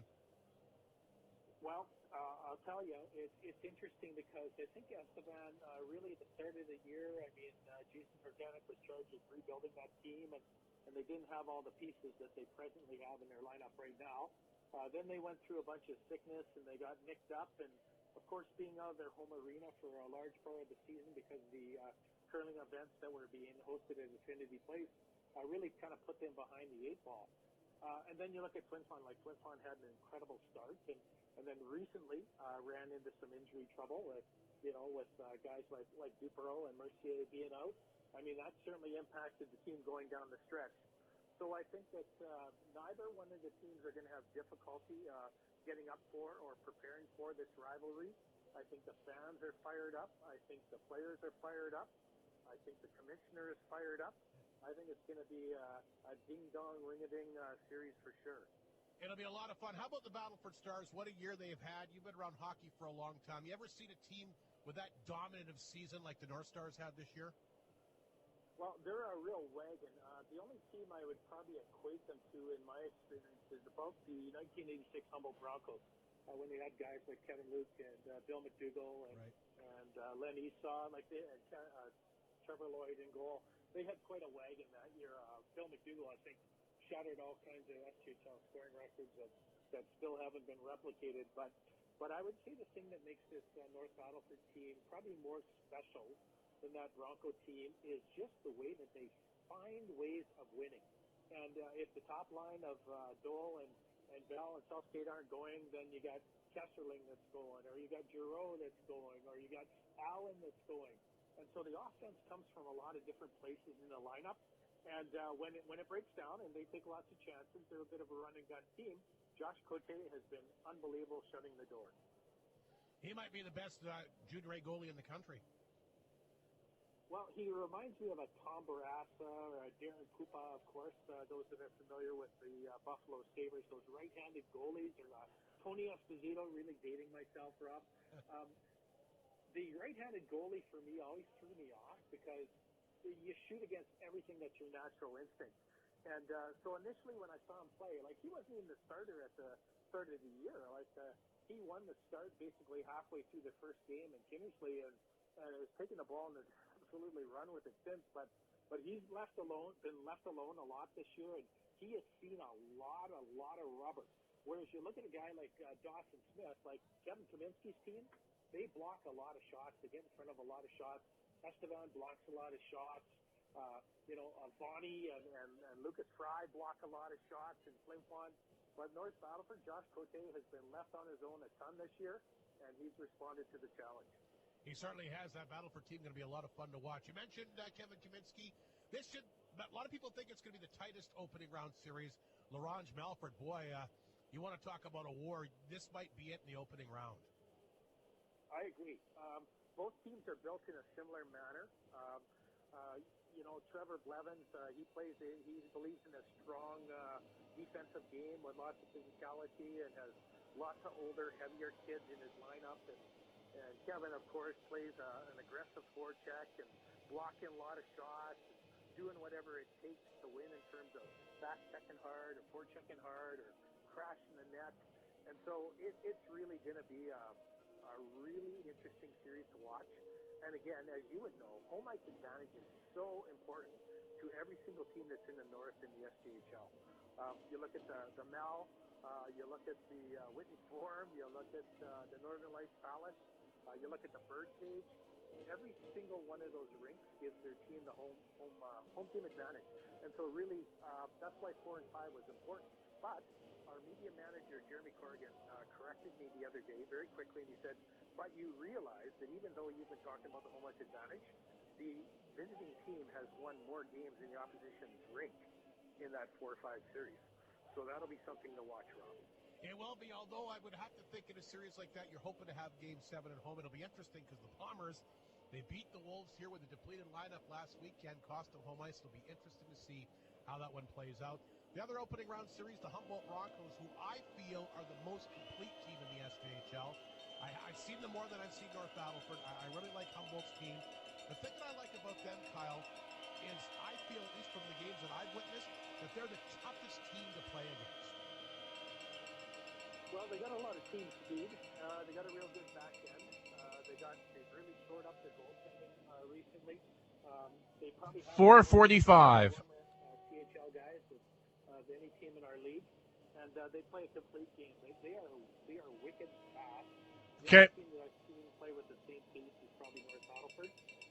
Scott Barney is also a very good coach. I don't think enough people give him credit in terms of how he plays and the system he employs.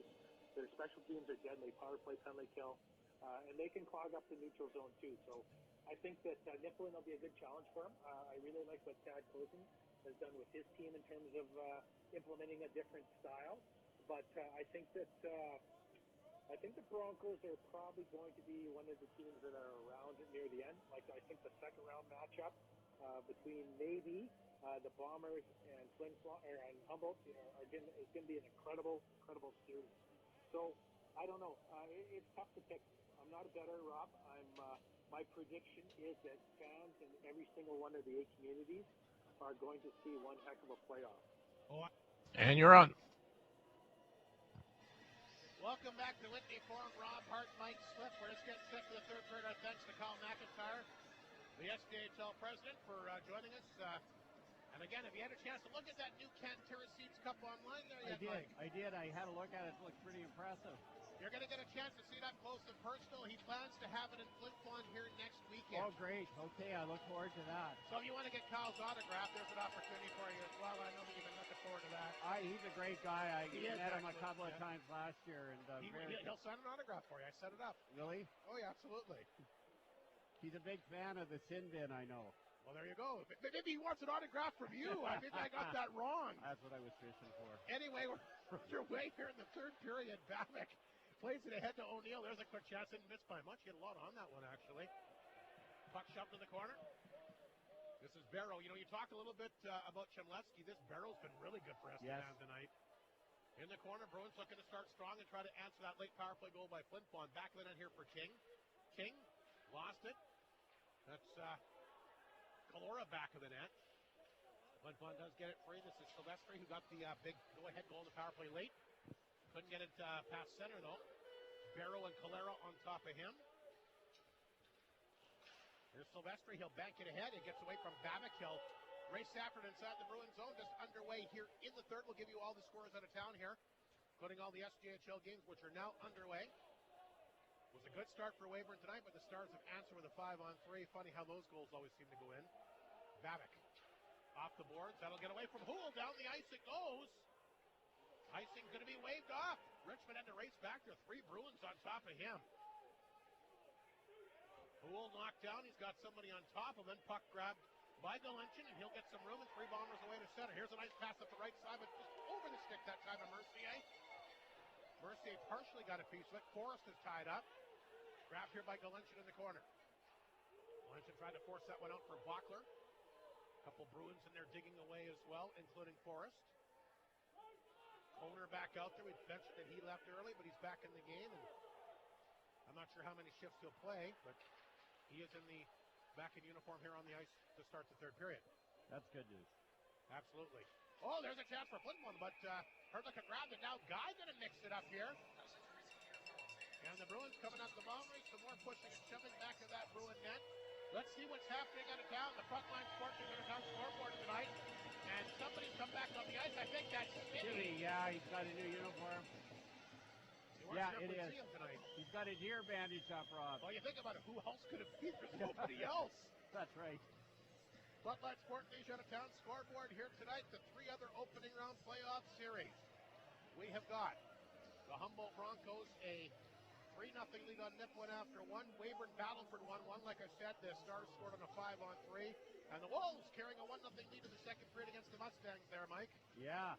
After a big 3-1 victory in Game 1 on the road last night. But the Wolves have been very good at the Northern Lights Palace. They've won 3 games there this year.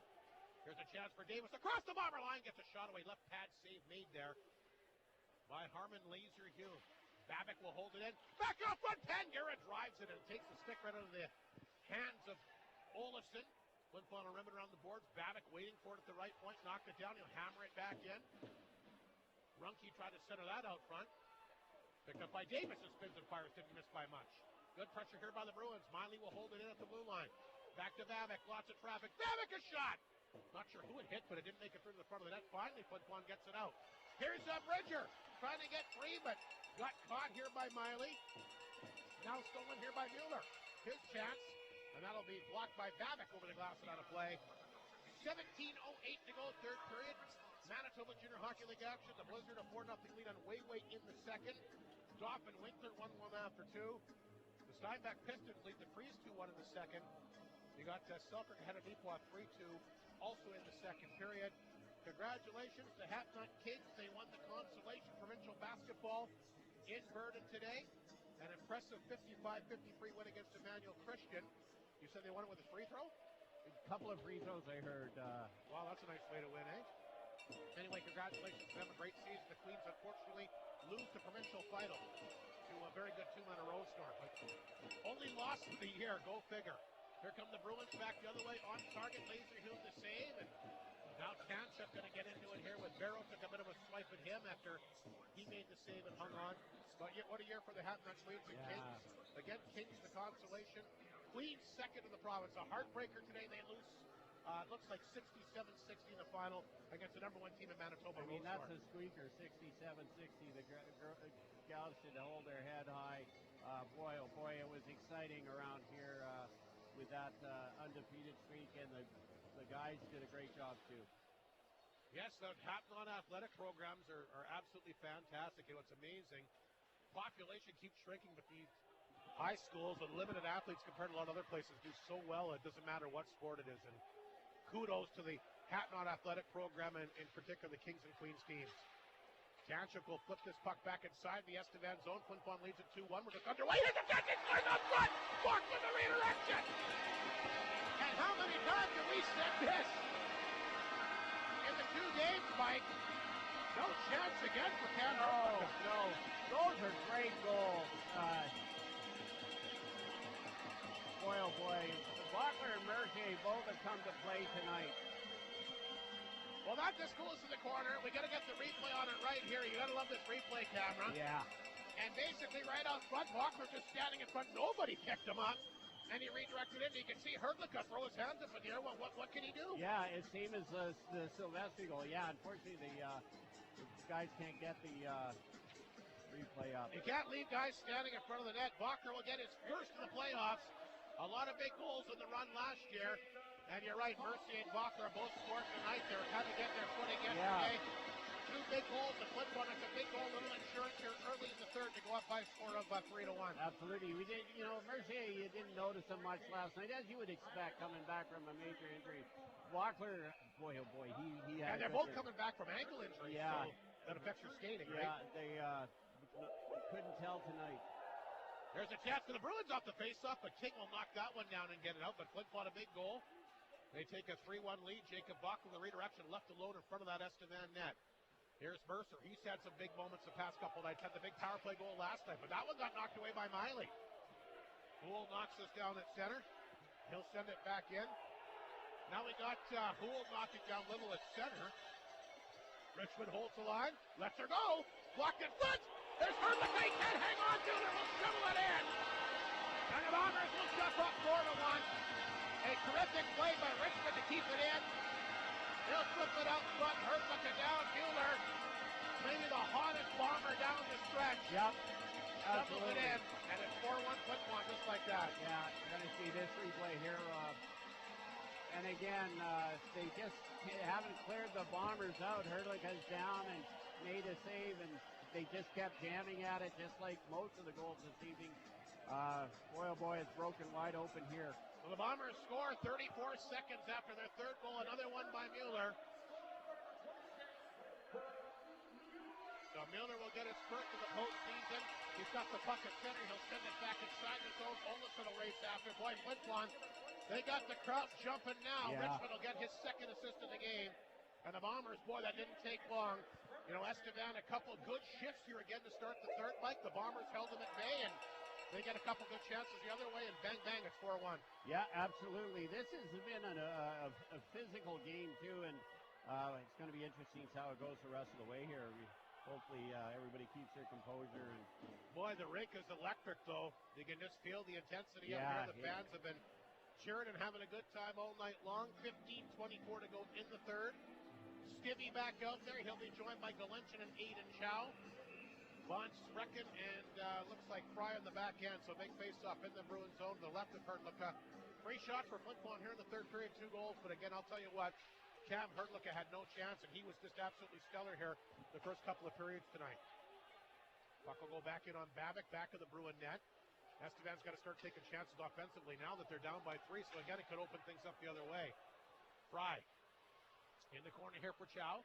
Chow outside the zone. It's going to roll back across the Bruin blue line. Babic is there to get it. Galenchin will come down on him. Babic stopped back. Then he'll swing the pass out front to O'Neill.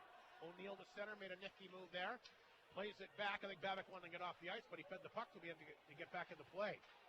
Miley swings the pass back to Barrow. Barrow at center. Down the wing. Barrow tried to move around the 1D man, but Township was there, and he knocked it down, and he'll flip it back down the ice. Should be an icing call against Flin Flon. It is. Wilson will touch up. NHL scores tonight. The Jets a big win today. They beat Nashville in overtime 3-2. Boston over Minnesota 5-2. Colorado, they beat Detroit 5-1. The Oilers knocking off Seattle 6-4. Carolina comes back to beat Philadelphia in overtime 5-4. Florida doubled up on New Jersey 4-2. Montreal blowing a 3-2 lead. They lose again to Tampa Bay 5-3. You talk about the Estevan Bruins having a tough time winning at the Whitney Forum. Montreal can't beat Tampa Bay anywhere. Tampa Bay's hard to beat, but yeah, you're right. You're right, though, Rob. Leafs and Ottawa were 4-4 heading in the shootout. Here's Silvestri, a chance. That'll go wide. King will knock it down the right point. Flin Flon really feeling it now with a 3-goal lead. This is Township. Fired it back in. It bounced out front. Hurtlicka can't squeeze it. It's in front of him. And they do blow it down eventually. I know Mercer's not happy, but the referee lost sight of the puck. You know, you mentioned the Montreal Canadiens. It could be worse, Rob. You could be a Calgary Flames fan. Last time I checked, Calgary had a lot more wins than Montreal. Yeah, boy, oh boy. They're Montreal gave up 7 goals in the opening period the other night. Wow. Guy Lafleur rolling in his grave. Yeah. 14:06 to go in the third period. A 4-1 Flin Flon lead. It's 2-1 heading in the third, but the Bombers a couple of big goals here early. Including Jacob Bach will take the face-off here against Rumpke. Wins it back cleanly. This is Township. Swings it past the King. There's a shot. That didn't miss by much. And again, Flin Flon getting a lot of traffic in front of that Estevan net. Galenchin played it out front. Davis knocked it down. Davis has got it in the corner. Back of the goal, off the side of the net, actually. Nobody seems to want to take it. Davis will finally grab it. He has to circle back to his net. And off the glass, Township batted it down. Kept it in for the time being. Rumpke will pick it up. Feeds it to Pangura, but it's too far and intercepted by Mercier. This is King. Back to Vockler. This is Bridger, but Mueller, who's got the 4th goal, will pick it up, and he's tough to take off the puck. Mueller will get it in deep, try to freeze it up along the boards. It came out front to Rumpke. Fanned on that one. Olafson with the steal. Back of the goal from Mueller. Boy, Bridger really getting into in front of the net here with Wilson. They're whacking at each other. Wilson comes back with a bit of a cross-check on him. Puck laying back of the Bruin net, picked up here by Runke. He'll drop that one back to Guy. Guy along the boards to Davis. Davis tried to get out of trouble. Back around the boards, racing over his Chow. He'll knock it down. Another big hit in behind the play as Davis got knocked down. Pangura does get it out. Chow back at center, and they're going to say he hit it head with a glove pass. And what a forecheck by the Flin Flon Bombers there, Rob. Chow keeping it in. Mueller and Bridger doing a great job down low there.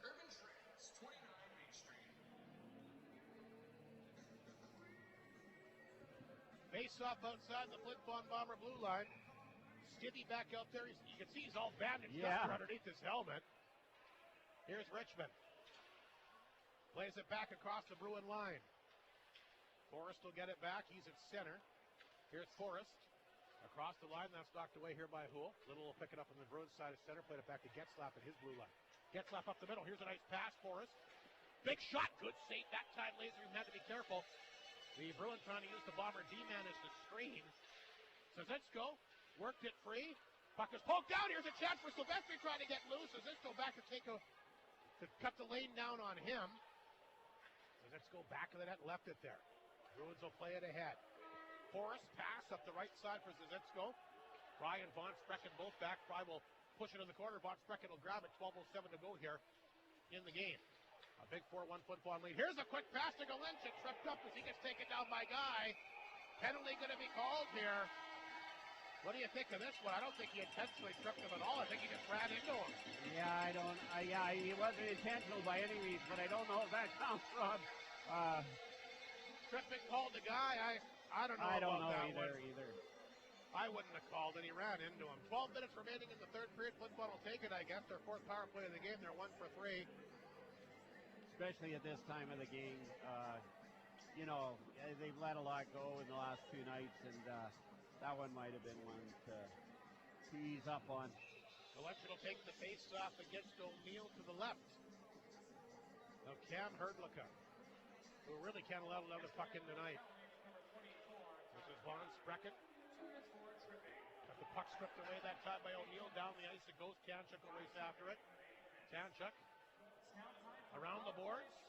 Intercepted here. Back up front. Bamik short-handed. There's a chance. Blocker save made by Laser Hume. Bruins try to hold it in. I thought it came across the line. Maybe not. Flin Flon will work it ahead. Here's Corey King. Had that big goal last night. He's quickly across the Bruin line. Here's Corey King. Looking for some support. Feeds it back to Tanchuk. Lots of traffic in front. Here's a pass to Galinchik. He walked right out front. Save made. Hrdlicka rebound.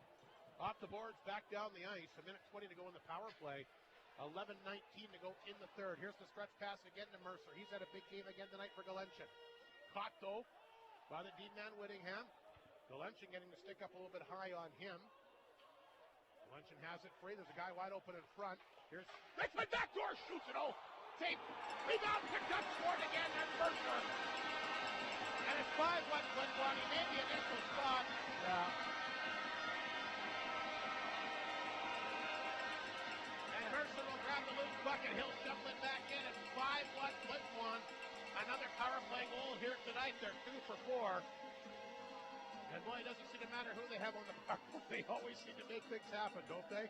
Estevan arguing that. I don't know what for. I watched the replay. It looked clean. There was no goaltender interference, at least from what I saw. So I don't know what they're upset about. So Flin Flon, Estevan's going to call a timeout. We're going to do the same here. Flin Flon's jumped out 5-1. Jason Tartatic signaling timeout. We'll do the same. You're listening to Creighton Furniture Flin Flon Bomber Hockey here on 102.9 CFAR and FlinFlonOnline.com. Keeping it safe from the elements is a top priority for Jim's Custom Doors and Windows. That's why they're a proud supplier of Huron windows and doors. With good delivery times and products that are cold weather approved, they put you at peace of mind. From the installation of new windows and doors to the replacement of old leaky ones, Jim's technicians have you covered. Stay protected with Huron windows and doors at Jim's Custom Doors and Windows. Your trusted local windows, doors, and blind store. 687-7071. Staple items like bread and buns, or just because items, muffins, cookies, and pies so good you think you're dreaming, but you're not. You're at the North of 53 Co-op. I know, you're shocked, but you shouldn't be. because the co-op serves up hot and delicious baked goods every single day. And the only place better than their bakery is Mom's Kitchen, and that's debatable. The North of 53 Co-op, you're at home there. And you're on. So Jason Tartanek calls a timeout to try and settle his troops down a little. I don't know how he could even talk to anybody on the bench. It's so loud in here. Yeah, absolutely. I just noticed that Mitch Koner left the ice to the dressing room again. He tried a couple of shifts here. They'll miss him. We'll see if he's back in uniform for Estevan on Tuesday night. Here's the announcement on the fifth goal scored by Mercer on the power play, his second of the series. Solenchen will get an assist. And another point for Reese Richmond tonight. Boy, Richmond, 3 assists here in this game. Wow. He had a terrific regular season, one of the top scoring defensemen. He's been money again tonight. He had 45 assists on the season. Is that playoffs combined? No. 45 in the regular season, so yeah, 3 more tonight. That's a playmaker. So Flin Flon up 5-1, 10.5 to go in the third period. O'Neill, he'll drop this one back over to Whittingham. He feeds that over to Miley. Miley back to Whittingham. Whittingham up the boards to O'Neill. He'll chop it across the bomber line. Stibbe there to get it. Stibbe back to the net. Swings that pass to Richmond. Richmond's got it. He'll lift it ahead. Oh, he's looking for Chow up the middle. Whittingham kind of whiffed on it. Chow will come in. He'll pick it up and fire it over to the far corner. Picked up by Barrow. Banks it back to center. Killian once again throws it back in the Flin Flon zone, and Houle there to get it. In the corner here for Richmond. Poke back inside the Bruins zone by Silvestri. His big power play goal.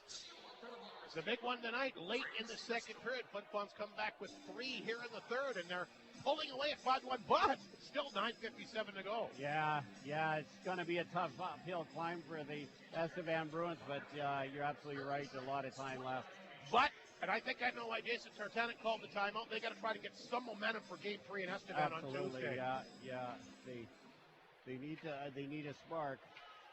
Off the face-off, Flin Flon will try to throw it out. Held in here by Forrest. Here's a chance for Forrest. A shot that got blocked. He gets his own rebound, spins and fires. That one never made it through. Boy, Flin Flon blocking a ton of shots again tonight. Noah Houle pushes that one back to Silvestri. He'll bank it off the boards, back down the ice. Guy races after it. Around the boards, Olafson knocked it down, back to the goal for Lees. He tried to flip it back out front.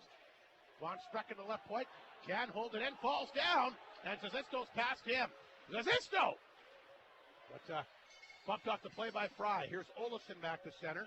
He'll lift it back inside the Estevan zone. Whittingham is there. Around the boards, picked up here by Mueller. What a game he's had. Got a goal here as well tonight. Puck squirts free back to the Bruin. Miley, a big hit there as he rocks Olafson. Puck grabbed here by Hertlick at the side of the net. Now look out, Bridges in there. And we're going to have a little bit of pandemonium here now. Oh my goodness, they're swinging away back of the net. Hertlick wants to get involved. I wonder if Laser Hume sneaks No, down he the does ice. not. Stay where he is. Big pile up back of the net.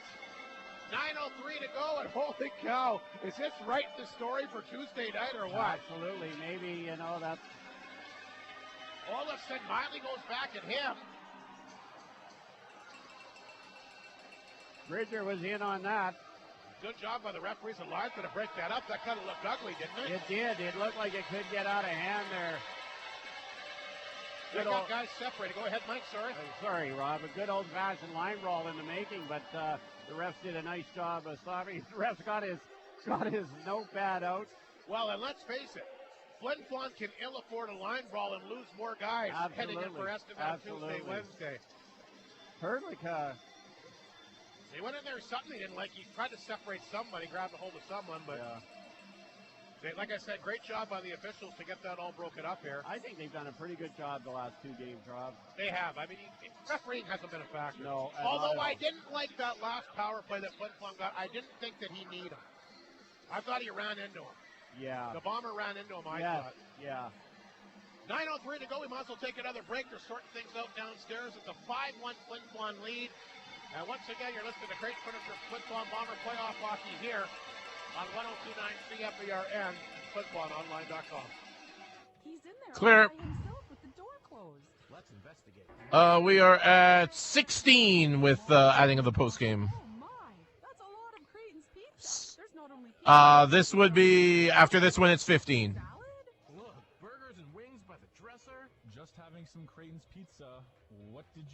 I was doing.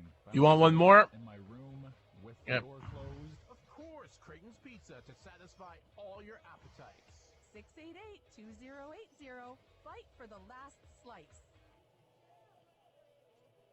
Hud Bay is proud to be a sponsor of this Bomber broadcast. From donations for bursaries, hockey schools, clubs, community events, charities, and so much more, Hud Bay has supported our community with 10 seconds. Generosity, contributing to events and organizations.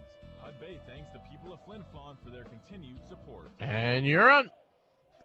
Interesting development here at the Whitney Ford. Mike Herdlicka has been pulled from the game. He is not happy at all. And they're going to go with the backup goalie here, Jackson Miller. What's your take on this? I don't know. Maybe left the game too. Maybe they just want him to cool off. Yeah, Von Sprecken's out. Herdlicka's not happy. No, I don't know if he's not happy with getting pulled or he's not happy with how this has ended up. I don't think he's happy he got pulled. No goalie ever. He's played well. It's not his fault, any of these goals. Well, it's interesting to me that he would, I don't know, maybe want to get a look at the other guy. I don't know. Like, what do you think? Satarnik isn't afraid to pull his goalie. And, well, I get that, but there's got to be a reason for this. Yeah, but it's weird. He does it strangely. Yeah, and listen, this isn't Cam Herdlicka's fault at all. No. Maybe he's had enough of watching Cam not have any support. It could be, and just give him a break and watch. Yeah, I wonder what happened to Von Sprecken, because he was involved, but he was... There's a penalty up here against Flin Flon. I don't know what he did. We'll get the announcement here, but it is an Estevan Bruin power play. Just their second of the game. They're 1-for-1. They had that 5-minute major penalty that they did score a goal on. Their only goal came on the 5-minute major power play tonight. Boy, I thought they'd get the Bruins would get one too, the way Bridger was manhandled in there, but I guess not. We'll see what the announcement is, and maybe it's 2 and a 10 for Von Sprecken, but his night is over as he's left the ice. And Little will line up for the faceoff here against Silvestri inside the Flin Flon zone. To the left of the goaltender, Harmon Laserhill. There's 5 shots. Actually, shots are 8-5 Flin Flon in the period, but again, Herdlicka has not played. They're going to send the goalie out, get the extra attacker out there. I don't get it. So Miller wasn't in there for long. Here's Babic. Well, they got nothing to lose. You're down by 4 goals. You might as well try and go for broke. Babic sends it over one-timer, Little, a hard drive, and I think Laserhill got a pad on that rebound. Cleared back down the ice. And Little will go back to get it. So the Estevan goal is empty, and they're going to try and go 6-on-4 and see if they can get back in this game. Little will drop it back to blue line. Babic at center. Flips it inside the zone. Fry along the boards. Puck redirects, comes back out front, picked up by Richmond. I think he was looking at that empty net, and he lost a handle. Barrow in the corner that time for Calora. Babic will hold it in the blue line. He's got the big goal tonight. Along the boards this time, the Little. This is Babic. Top of the circle, Davis a drive. And that hits Runke and direct over the glass on a play. So 1:06 to go in the power play. 8:09 in the third period. Once again, Flin Flon comfortably in front, 5-1. Herdlicka started. They brought the other goalie, Miller, in for the face-off, and he's off as well for the extra attackers. So. Why couldn't they have left Herdlicka in and called him off? It doesn't make any sense whatsoever. I'm not sure. But nonetheless, the Bombers win the face-off back down the ice. Babic will go back in and get it. Being watched here by Lees. This is Babic. Drops it back to Davis. Rink wide this time. Intercepted, open net for Lees, but knocked away by Davis. Again, he's thinking about that empty net and lost the handle. Davis will get it back of the Bruin net. 42 seconds to go in the power play. He'll let Babic take it.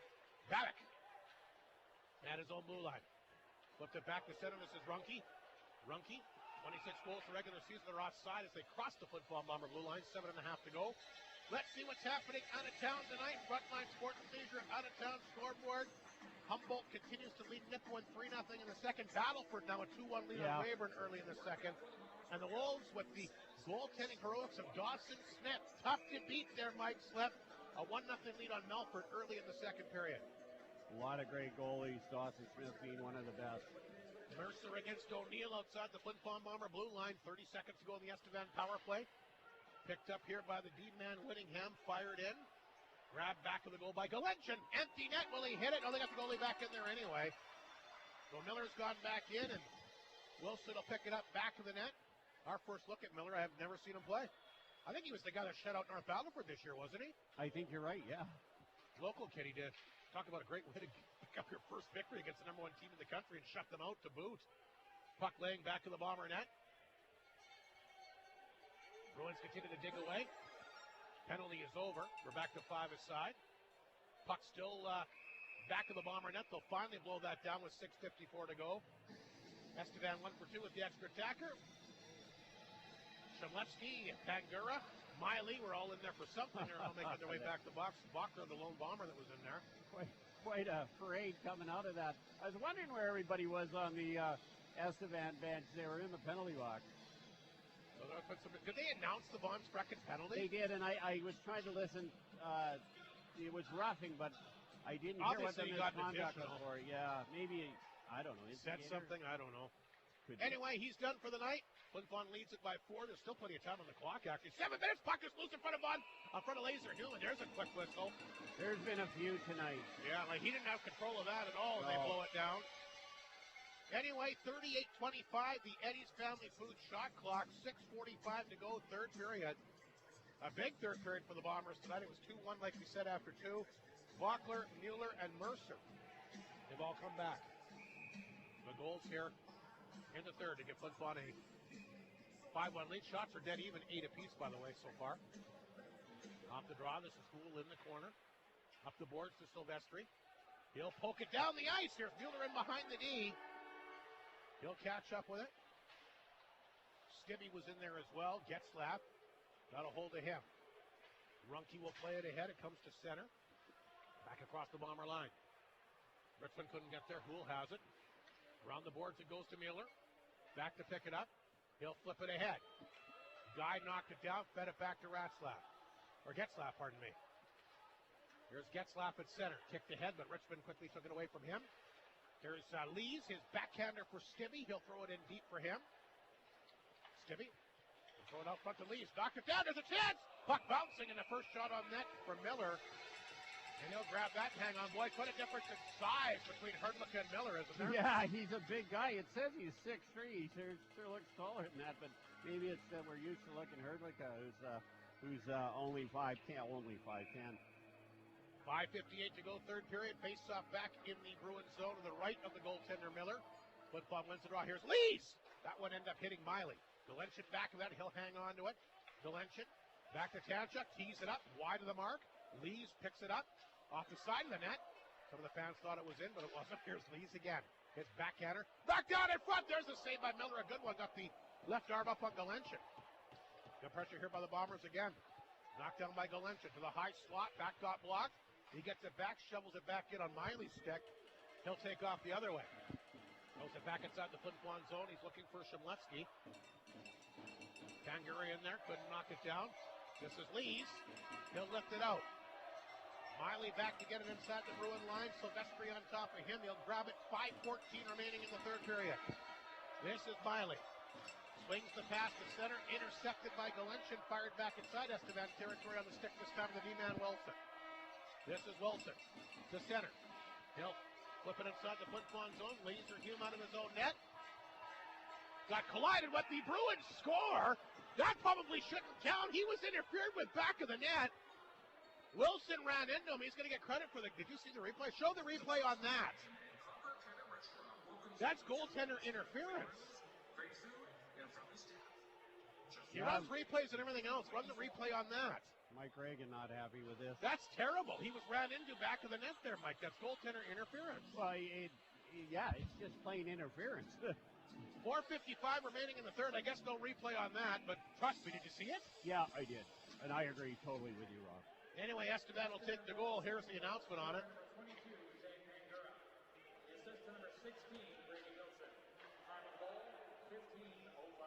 So, the Bruins inch a little bit closer here. It's 5-2. That's a tough one there. Maybe since he was back of the net, he's fair game. I don't know what the ruling is. I'll have to ask Mike when he comes up here in the postgame show tonight, but that's a big goal for the... Hey, you take it, right? Yeah. Babick inside his own zone. The Bruins draw a little bit closer, 5-2. That's Pangura, like we mentioned, how good he was against the ball. Oh, my goodness. What happened there? One of the Bombers is down. Is that Lees? I think so. He tripped and went to the boards head first here. Oh, my goodness. I hope he's okay. Yeah. Lees went down hard. He just stumbled and went into the boards. We're going to take a break here. Oh, boy, I hope he's okay. Tough one there for sure. You're listening to Great Furniture Flin Flon Bomber Playoff Hockey here on 102.9 CFAR and FlinFlonOnline.com. Clear. Okay.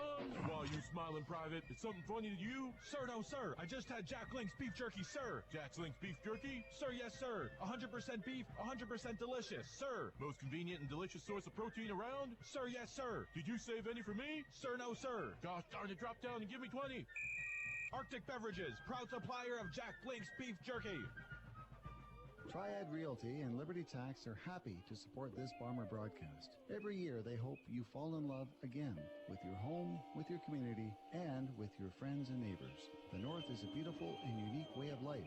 10 seconds. And simple pleasures. Triad Realty and Liberty Tax are proud to be a part of our community. You're on. Well, Joey Lees fighting to get up here. And that was just a freak thing. He lost his footing and went down hard. He's getting a good ovation, but boy, he doesn't look good. No. Boy, when are the injuries going to stop for this team? It was an innocent play. Yeah, he just lost his footing and went down. Yeah, it wasn't. Oh my goodness. It wasn't a dirty play at all. He wasn't even touched.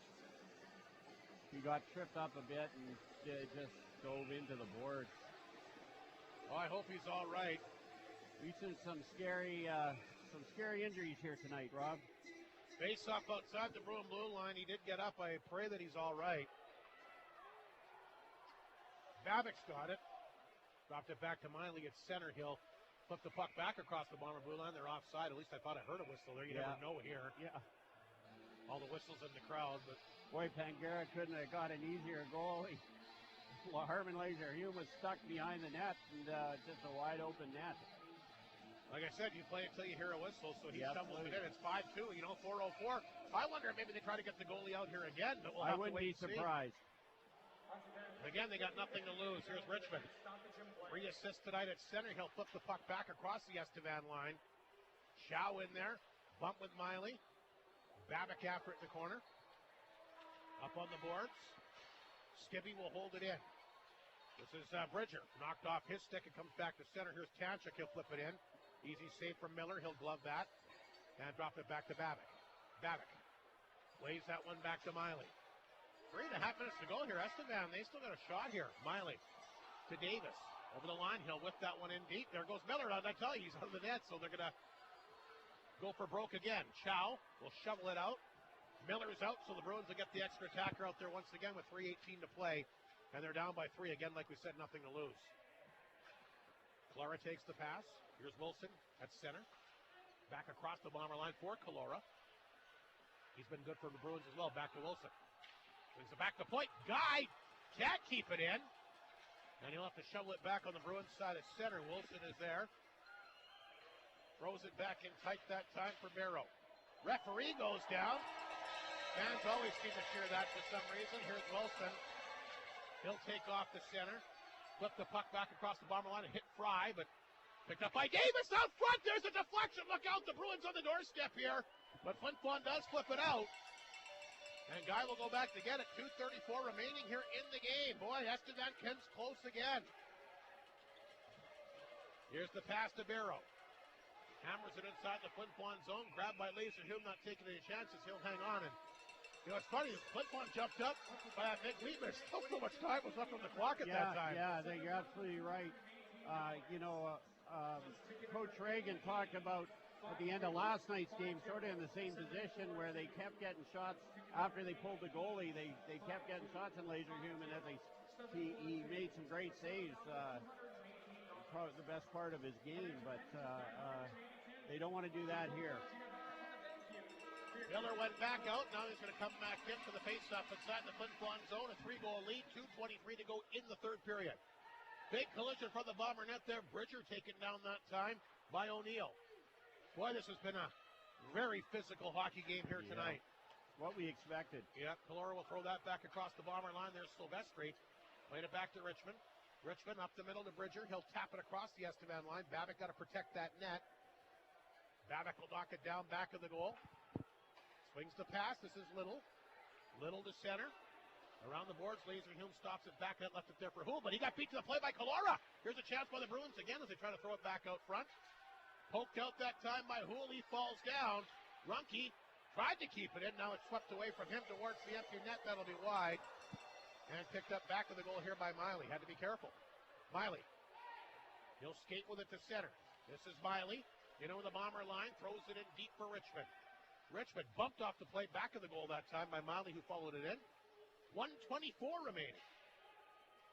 5-2 Flin Flon in front. Puck back of the Bomber net. We have another player down here. Not sure what Bomber that is, but he's down with the puck underneath him.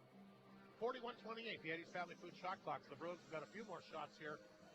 It's 11-11 here in the third period. It's been fairly even the shot count after the opening period again tonight. You mentioned the Bombers have blocked quite a few shots, which they have, and you got guys who played last year and then went through that playoff run. Joey Lees has come out. He's at least standing there. He's kind of holding his shoulder with an ice bag, but that is kind of a good sign, isn't it? I hope so. Yeah, it's not his head or neck. But I was going to say that these veterans are showing them what they need to do to win, and that's block a lot of shots. Face off inside the Bomber zone. Bruins win it right back out front. There's a chance. Good save there. Harmon Laserhume Davis got the quick chance, and now we got Fry mixing it up here with Little with 1:10 to go. I wonder how long it'll take to get through this final minute 10. Yeah. 5-2 Flin Flon leads it. 41-29 is the Eddie's Family Food shot clock. We've seen a little bit of everything in this game. Boy, Jackson Miller's getting a lot of skating in back and forth. Well, I think it all depends about the face-offs. They wait for him to get control of the face-off that they call him in. Yeah, you're absolutely right. Well, you're right. He's back in there. Minute 10 to go. Estevan haven't quit despite being down by 3 goals here.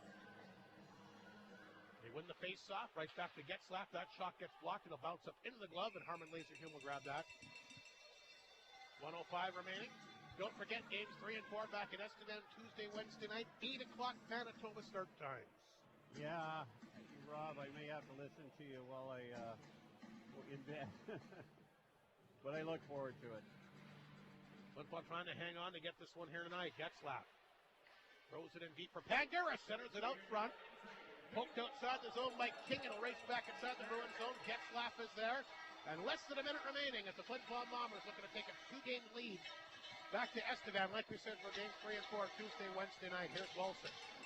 Bruins side of center. Wilson's got it. He'll flip the puck inside the Flin Flon zone. Bruins race in after it. They want to get a goal here. Getzlaf out front. Grabbed the side of the goal that time by Filion. Back up front to Pangura. He'll let Miley take it at the blue line. Miley knocked it down. His long shot. That goes off the post, I think. I think that hit the post and went up into the glass and Coach Reagan has shut down Mercier and Locklear here ever since that 5th goal. No need to all these other guys been carrying the mail the last month anyway. Let them get a little more rest and get them ready for Affinity Place next week. Well, that's going to be a wild one there. The rematch, of course.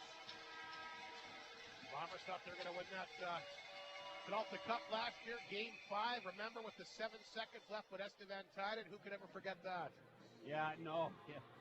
Unbelievable.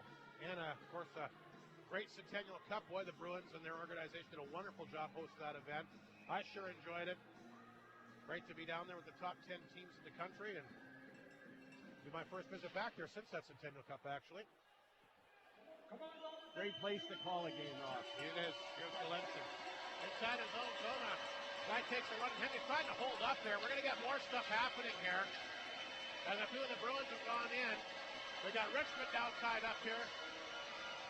We got Shamletsky in there throwing some punches. That's it.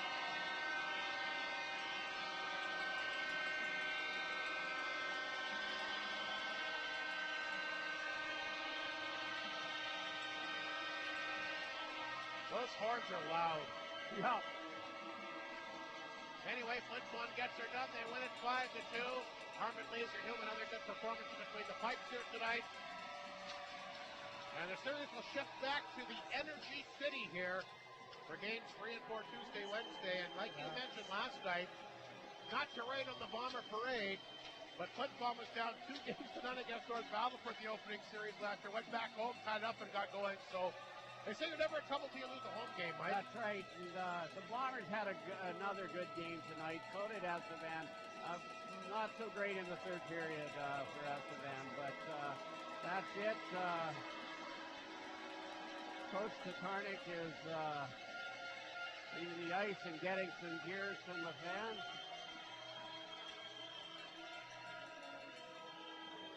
Having a word with security. Well, one of the Estevan players is thinking about making his way down the aisleway, and Tatarnik told him that's a really good idea. Yeah. Radek having words with the...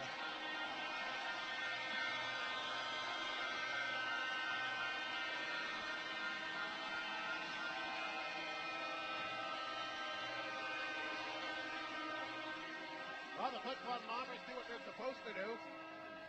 Cole Dupero out to meet the boys coming off the ice, and we see his dad every single game in the regular season. He's still here cheering the team on here at the playoffs, and his son isn't even. He might be a good luck charm. He may be. He's a fantastic guy. Well, you're right, Cole Dupero, nominee for the RBC Player of the Year. Boy, he's excited he's out there, and I hope he doesn't. Captain Fry. What's that? I hope he doesn't slip and fall. Well, they don't like guys going out there without cleats on. Anyway, a solid 5-2 victory for the Flin Flon Bombers here tonight. They'll take a 2-game-to-none lead in the SJHL quarterfinal. And like we said, get ready to head back to Estevan for games 3 and 4, Tuesday and Wednesday night. Let's take a break. Lots still to come from the Whitney Forum tonight. We'll take a look, of course, at the final scoring summary, all our post-game show awards, and Mike Craig in the Great North post-game report. How old is he today? Oh, 29. I don't know. Color guy, you're supposed to be on top of this type of stuff here. You have really been struggling at some of these stats. Oh, not good. I thought for sure you'd know that. No, I don't know. You can tell him I said 29. He's got that shiner. He got hit with a puck play in rec hockey, and geez, it was bad. But you know that, but you don't know how old he is. No. I don't care how old he is as long as he wins hockey games like tonight. Oh, there you go. Anyway, Mike Bragan celebrating a birthday. I'm sure that's the best birthday present he can get with his team winning a big game here tonight. Let's take a break. Lots still to come from the Whitney Forum here on 102.9 CFAR and FlinFlonOnline.com. Clear. It's a great time for a new 12. From your friends at Northland Ford. Start your journey with Hey, it's up to you. How old's Maureen? That's what everybody wants to know.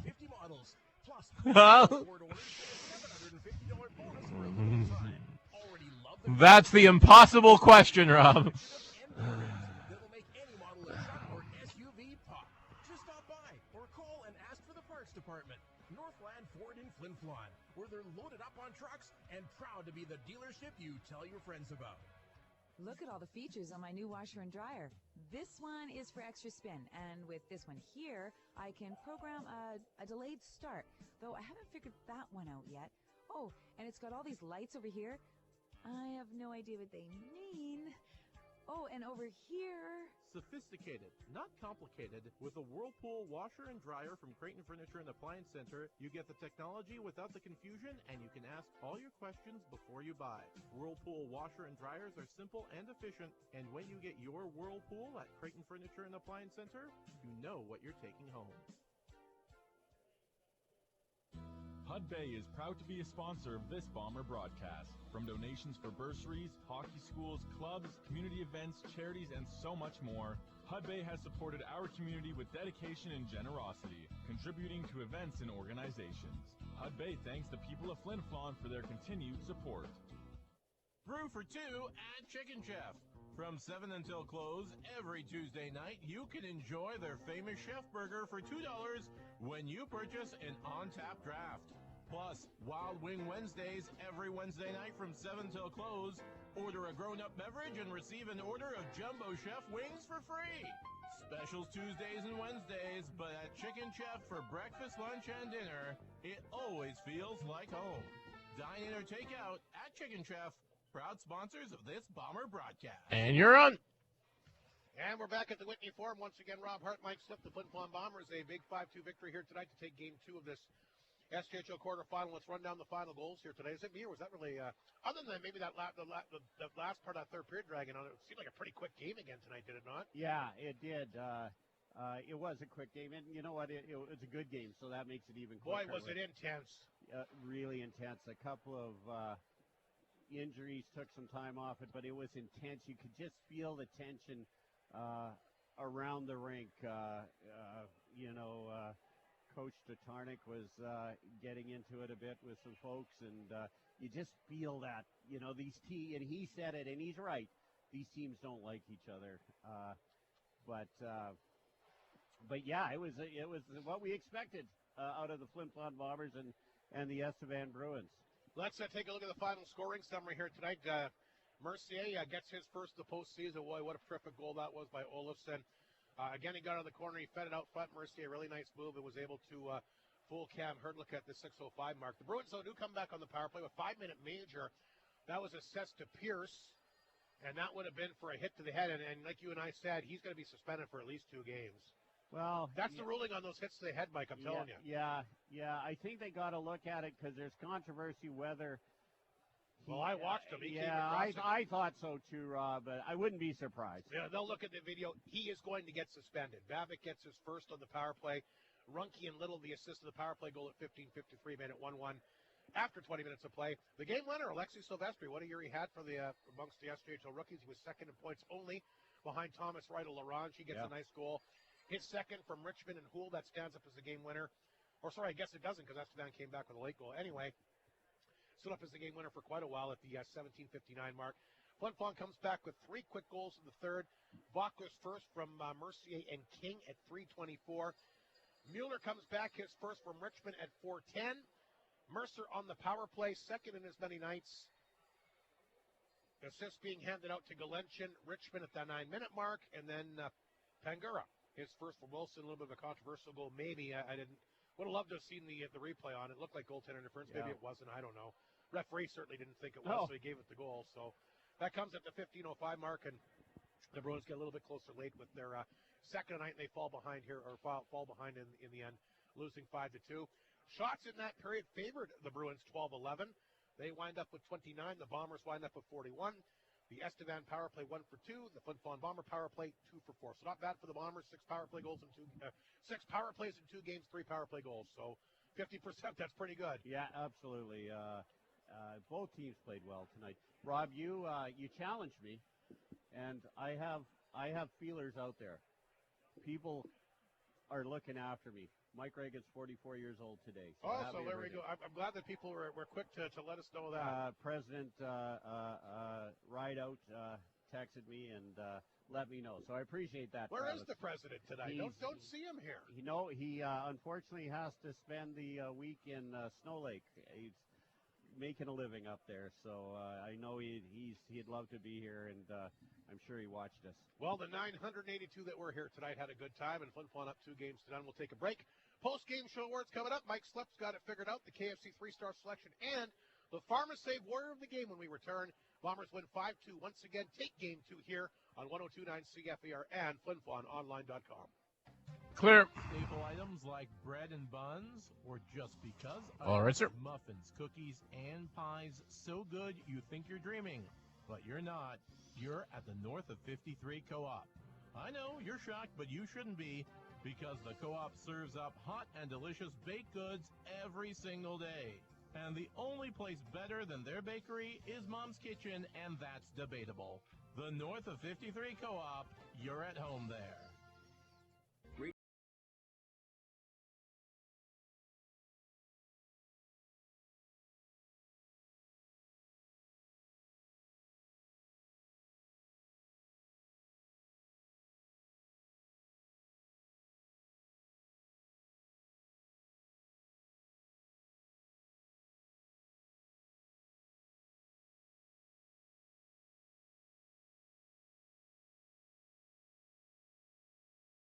The question of what you want to own is actually the question of how you want to live your life. That's why you go to Creighton Furniture and Appliance Center, because you deserve to live right.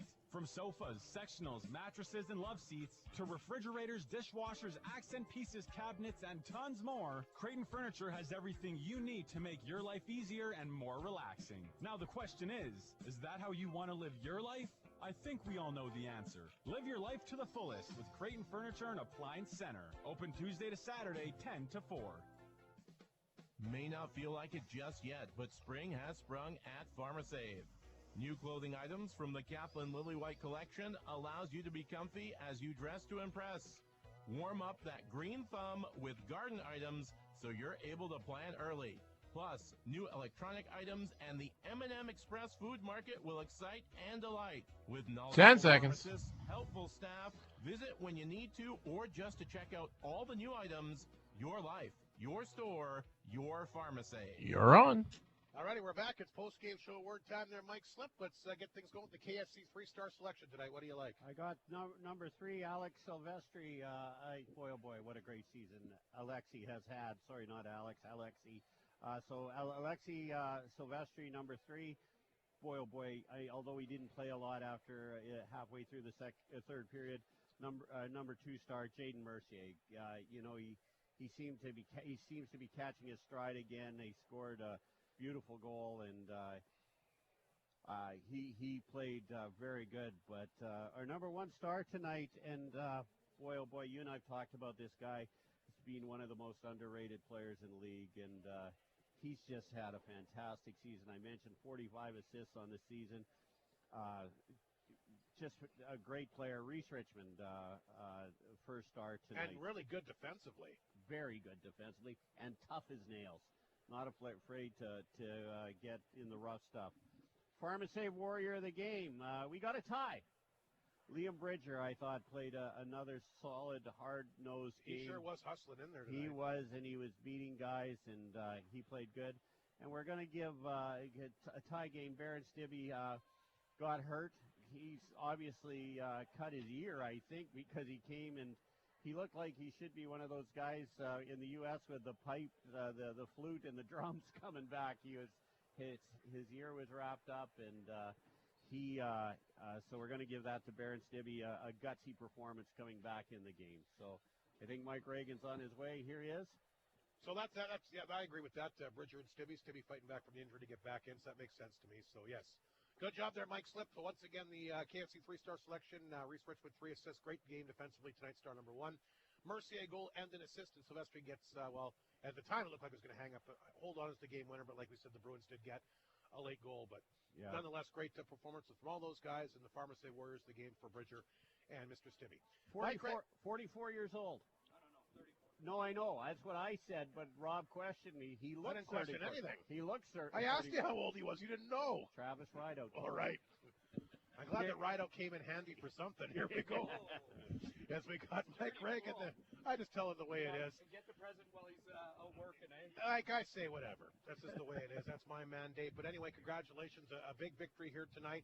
Boy, you said Estevan was going to have a pushback tonight. They came in, they played hard against you. I think that's the best game I've seen Estevan play in this building. They were good tonight. They pushed hard, but our guys answered the bell, and that's the most important thing is, being able to elevate your game as well. And we were able to do that tonight, and we had a huge third period. So, I'm not going to lie, I was a little bit nervous. We lost Piercy there on getting thrown out. I don't know how that happens when he, Well, he came across and caught him in the head there, Mike. So, I mean, that's the... I watched the video, and, he doesn't catch his head. So,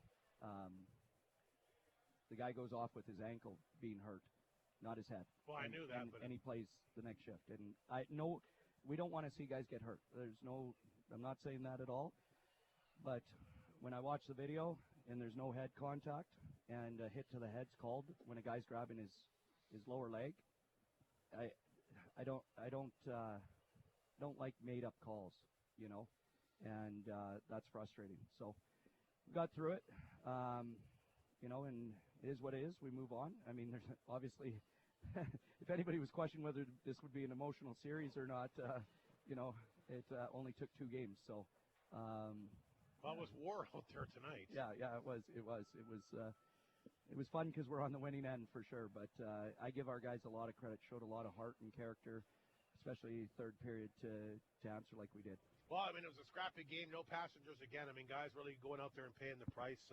I mentioned you in the pregame show, and I'm not sure if you heard Mike Stars, but Bridger again, a factor. Really hustling, really getting in there, making a lot of plays. And this is a guy that's obviously, again, you might look at the stat sheets, you don't see a lot of points, but the last couple of games, he's been as good as anybody. Yeah, no, Bridge was real good. I mean, there's a lot of guys that have elevated their play over the last month here, and, he's one of them. And we had a good chat about the importance of being physical, and that's what Bridge that element that he can bring to the table. He's a rock-solid kid, good newfie, that they breed him the right way out there. So, he's played really good for us. My video coach at Saskatoon says the same thing. Watch the video 4 times, no head. Well, that looked different than what I saw, but whatever. I mean, well, we got video coaches all over the place, right? Anyway, if he says it, it's got to be accurate. We got one in Phoenix or down in Arizona. And San Diego, I thought. San Diego. Anyway, this is my personal video coach here, and he says, I don't know, it looked like it to me. I don't know. Anyway, I mean, you watch it, Mike. I mean, I know from live it probably looks like that, but I mean, we have the benefit of watching it on replay and that sort absolutely. of thing. So anyway, great victory here tonight. You needed both games at home, and you got it done. And let's face it, I mean, it's always tough. I mean, it's tough to win the Whitney Forum. It's tough to win an Estevan as well, and you certainly didn't want to be down 2 or 1-1 going in. You put yourself in a good position for obviously tougher to win on the road. We all know that. Yeah, for sure. We need to find a win down there, and get ourselves in a position to. Hopefully we can win game 3 and put them up with their backs against the wall. And, getting one is huge on the road here. I mean, we're not going down there just to try to settle for one. We want to win both. We think it's important to try to win the series early, as I'm sure they thought that too going into with the travel, So we're going to enjoy this here for the next 24 hours here. Let the boys get a good rest here. And head out on the road Monday morning. 2 more power play goals here tonight, Mike. You're 3 for 6 the 2 games. I mean, that's fantastic. I mean, special teams are a big part of any hockey game, especially in the playoffs. So you're 1 for 2 last night, 2 for 4 tonight. Not bad. 3 for 6 so far. Well, I remember a couple years ago in 2019, 2020 there, with Mallow and Houle and that team there. What a great team that was. And It's unfortunate that the season got canceled there. I think we scored 7 power play goals in that series, and Humboldt took a lot of penalties, and we won that series just based on our power play alone. Right. I mean, obviously we had good goaltending. We had Delorme and Shell then, and the firepower up front was unbelievable, and that's the importance of having good specialty teams in the playoffs. Quickly, Mike, before you leave, I got to ask you, how's Joey Lee's doing? Yeah, he's doing okay. I mean, there's no question he's sore. But he's okay. So that's another guy's been battling hard for this team down the stretch, and he had some good moments in this game against. Yeah, I can't see it from there. So I didn't see it either. I just saw the aftermath. I think he missed his check, or he just tripped over himself a little. Yeah, just an awkward play. So I mean, you never want to hear about that or see that. So he's. I think he's fine. Like I said, he's pretty sore, but I think he'll be fine. That's good news. We don't need anybody else getting hurt. And again, quickly, I said one thing, but Mercier and Walker great tonight. That first goal that Mercier scored was beautiful, and Walker had a pretty nice goal as well, and really helped the power play. I mean, took him a while to find the rhythm last night, Mike, but they looked pretty good tonight. Yeah, I mean, that goal, Mercier throws it at the net, and Vox knocks it out of the air into an empty net. I mean, that's just pure skill. That's the skill level of those guys. And when you have skill and heart, that's a deadly combination, and both those guys do. So, obviously, great to have those guys. Mike, congratulations. I'm assuming probably a few different things for your birthday, but is that the best thing that happened to you for your birthday, getting that victory here tonight? Yeah, no question. I mean, that's huge. It was a really good day, for sure. You always, on your birthday, playing. It's funny because my birthday's obviously today, and we're always in the playoffs at this time. So there's been some heartbreakers on my birthday, and then obviously, this one's huge. So I appreciate all the support, all the messages, and it was nice for sure. Congratulations, Mike. Up 2 games tonight, heading back to Estevan for games 3 and 4 Tuesday and Wednesday. Thanks very much there, guys. All right, that's Mike Reagan, the head coach of the Bombers. One last break. We'll come back with a wrap-up and tee things up for, of course, the series shifting back to the Energy City, like we said, for games 3 and 4 next Tuesday, Wednesday. Once again, the Bombers win 5-2. Up 2 games to none here on 102.9 CFAR and FlinFlonOnline.com. Clear. With that KFC famous chicken sandwich. I'm All right, sir. unwrapping it, enjoying it, and saving the spicy one for later. No. Take a picture of the famous chicken sandwich from KFC, hashtag it, reel it, post it, boost it, make a long video, reaction video, tutorial video. Nah, I don't want to do what everyone else does. I just want to have my triple breaded buttermilk marinated filet. What about your likes? The only like I care about is my own, because the KFC famous chicken sandwich is so good. Northland Ford proudly supports the Flin Flon Bombers in the SJHL playoffs, and we know they'll play tough like the Ford F-150, the toughest truck on the market 45 years running. Northland Ford helps the community cheer on the Bombers as they fight to bring a championship home where it belongs, and will provide you with the best selection on the lot to choose from in the North, for the North, Northland Ford. You're busy, and nobody knows that more than you. And you forget things like appointments, where you put your keys, even to eat. Just a friendly reminder from Eddie's Family Foods to get a bite from the grab-and-go section or the full flavor of the meat department. Eddie's knows that for your family, you can't forget. So remember, they have fresh, store-made items you can't get anywhere else. Eddie's Family Foods, your uptown grocery store, still big enough to serve you and small enough to care. Bailey Homes knows that you want your home to be just that, your own. They're ready to move homes, and on-site builds are customized so that you get exactly what you want. Bailey Homes prides themselves on the quality of the build and providing you with every aspect of their expertise. With years of experience building and moving homes to the north, let Bailey Homes 10 make seconds. your dream home a reality. Call toll-free 1-855-773-0217 or visit bailey-homes.ca. Go. Alrighty, welcome back to Whitney Forum. Quickly before we sign off, the Frontline Sport and Leisure out-of-town scoreboard tonight, other SJHL playoff scores. The Broncos don't have a lot of difficulty with Nipawin so far in that series. Mike, they're up 4-0 here, and that is after 2 periods of play. I honestly thought that it is, again, both games have played at Humboldt. I guess we'll see when it goes back to Nipawin, right, for games 3 and 4. Yeah. Battleford's taken a 3-1 lead on Weyburn. That's still with about 6 minutes to go in the second. And LaRange, boy, up on the Melfort Mustangs by a score of 2-0 here tonight. The Ice Wolves, like we said, took game 1 at the Palace last night, 3-1. They really felt confident they could win there. Thomas Wright and Connor Abrick have got their first shots in that game right now. Is 19-14 in favor of Melfort, so Dawson Smith standing tall. Again, Rob, yeah. Interesting developments in the SHL playoffs. He's good. Runner-up again for goalie of the year. Manitoba Junior Hockey League Finals, the Blizzard win again. They'll finish third, by the way, in the overall MJHL standings as they knock off Wayway in their conference anyway. They beat Wayway 6-2. That combined with Dauphin losing to Winkler in overtime tonight 3-2. Steinbach all over the Freeze 7-2. It was Selkirk knocking off Neepawa by a score of 5-4. Once again, Keystone Junior B hockey action here today. It was the Peguis Juniors doubling up on the Selects by a score of 4-2. Unfortunately, that means that the Select season has come to an end, and they get swept 3 straight in that best-of-5. So tough going for them, but certainly a good inaugural season. They won the first round, and a lot of carryover players for next year, so it should be an exciting team to watch next season. Yeah, I'm impressed how that team ended up.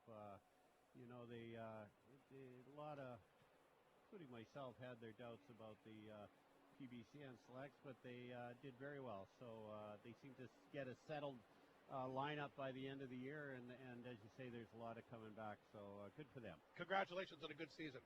Yeah. Hatnut Kings and Queens provincial basketball today. It was the Queens losing to one loss the entire season. That was today against Rosedorf. They lost 67-60, but still finished second overall.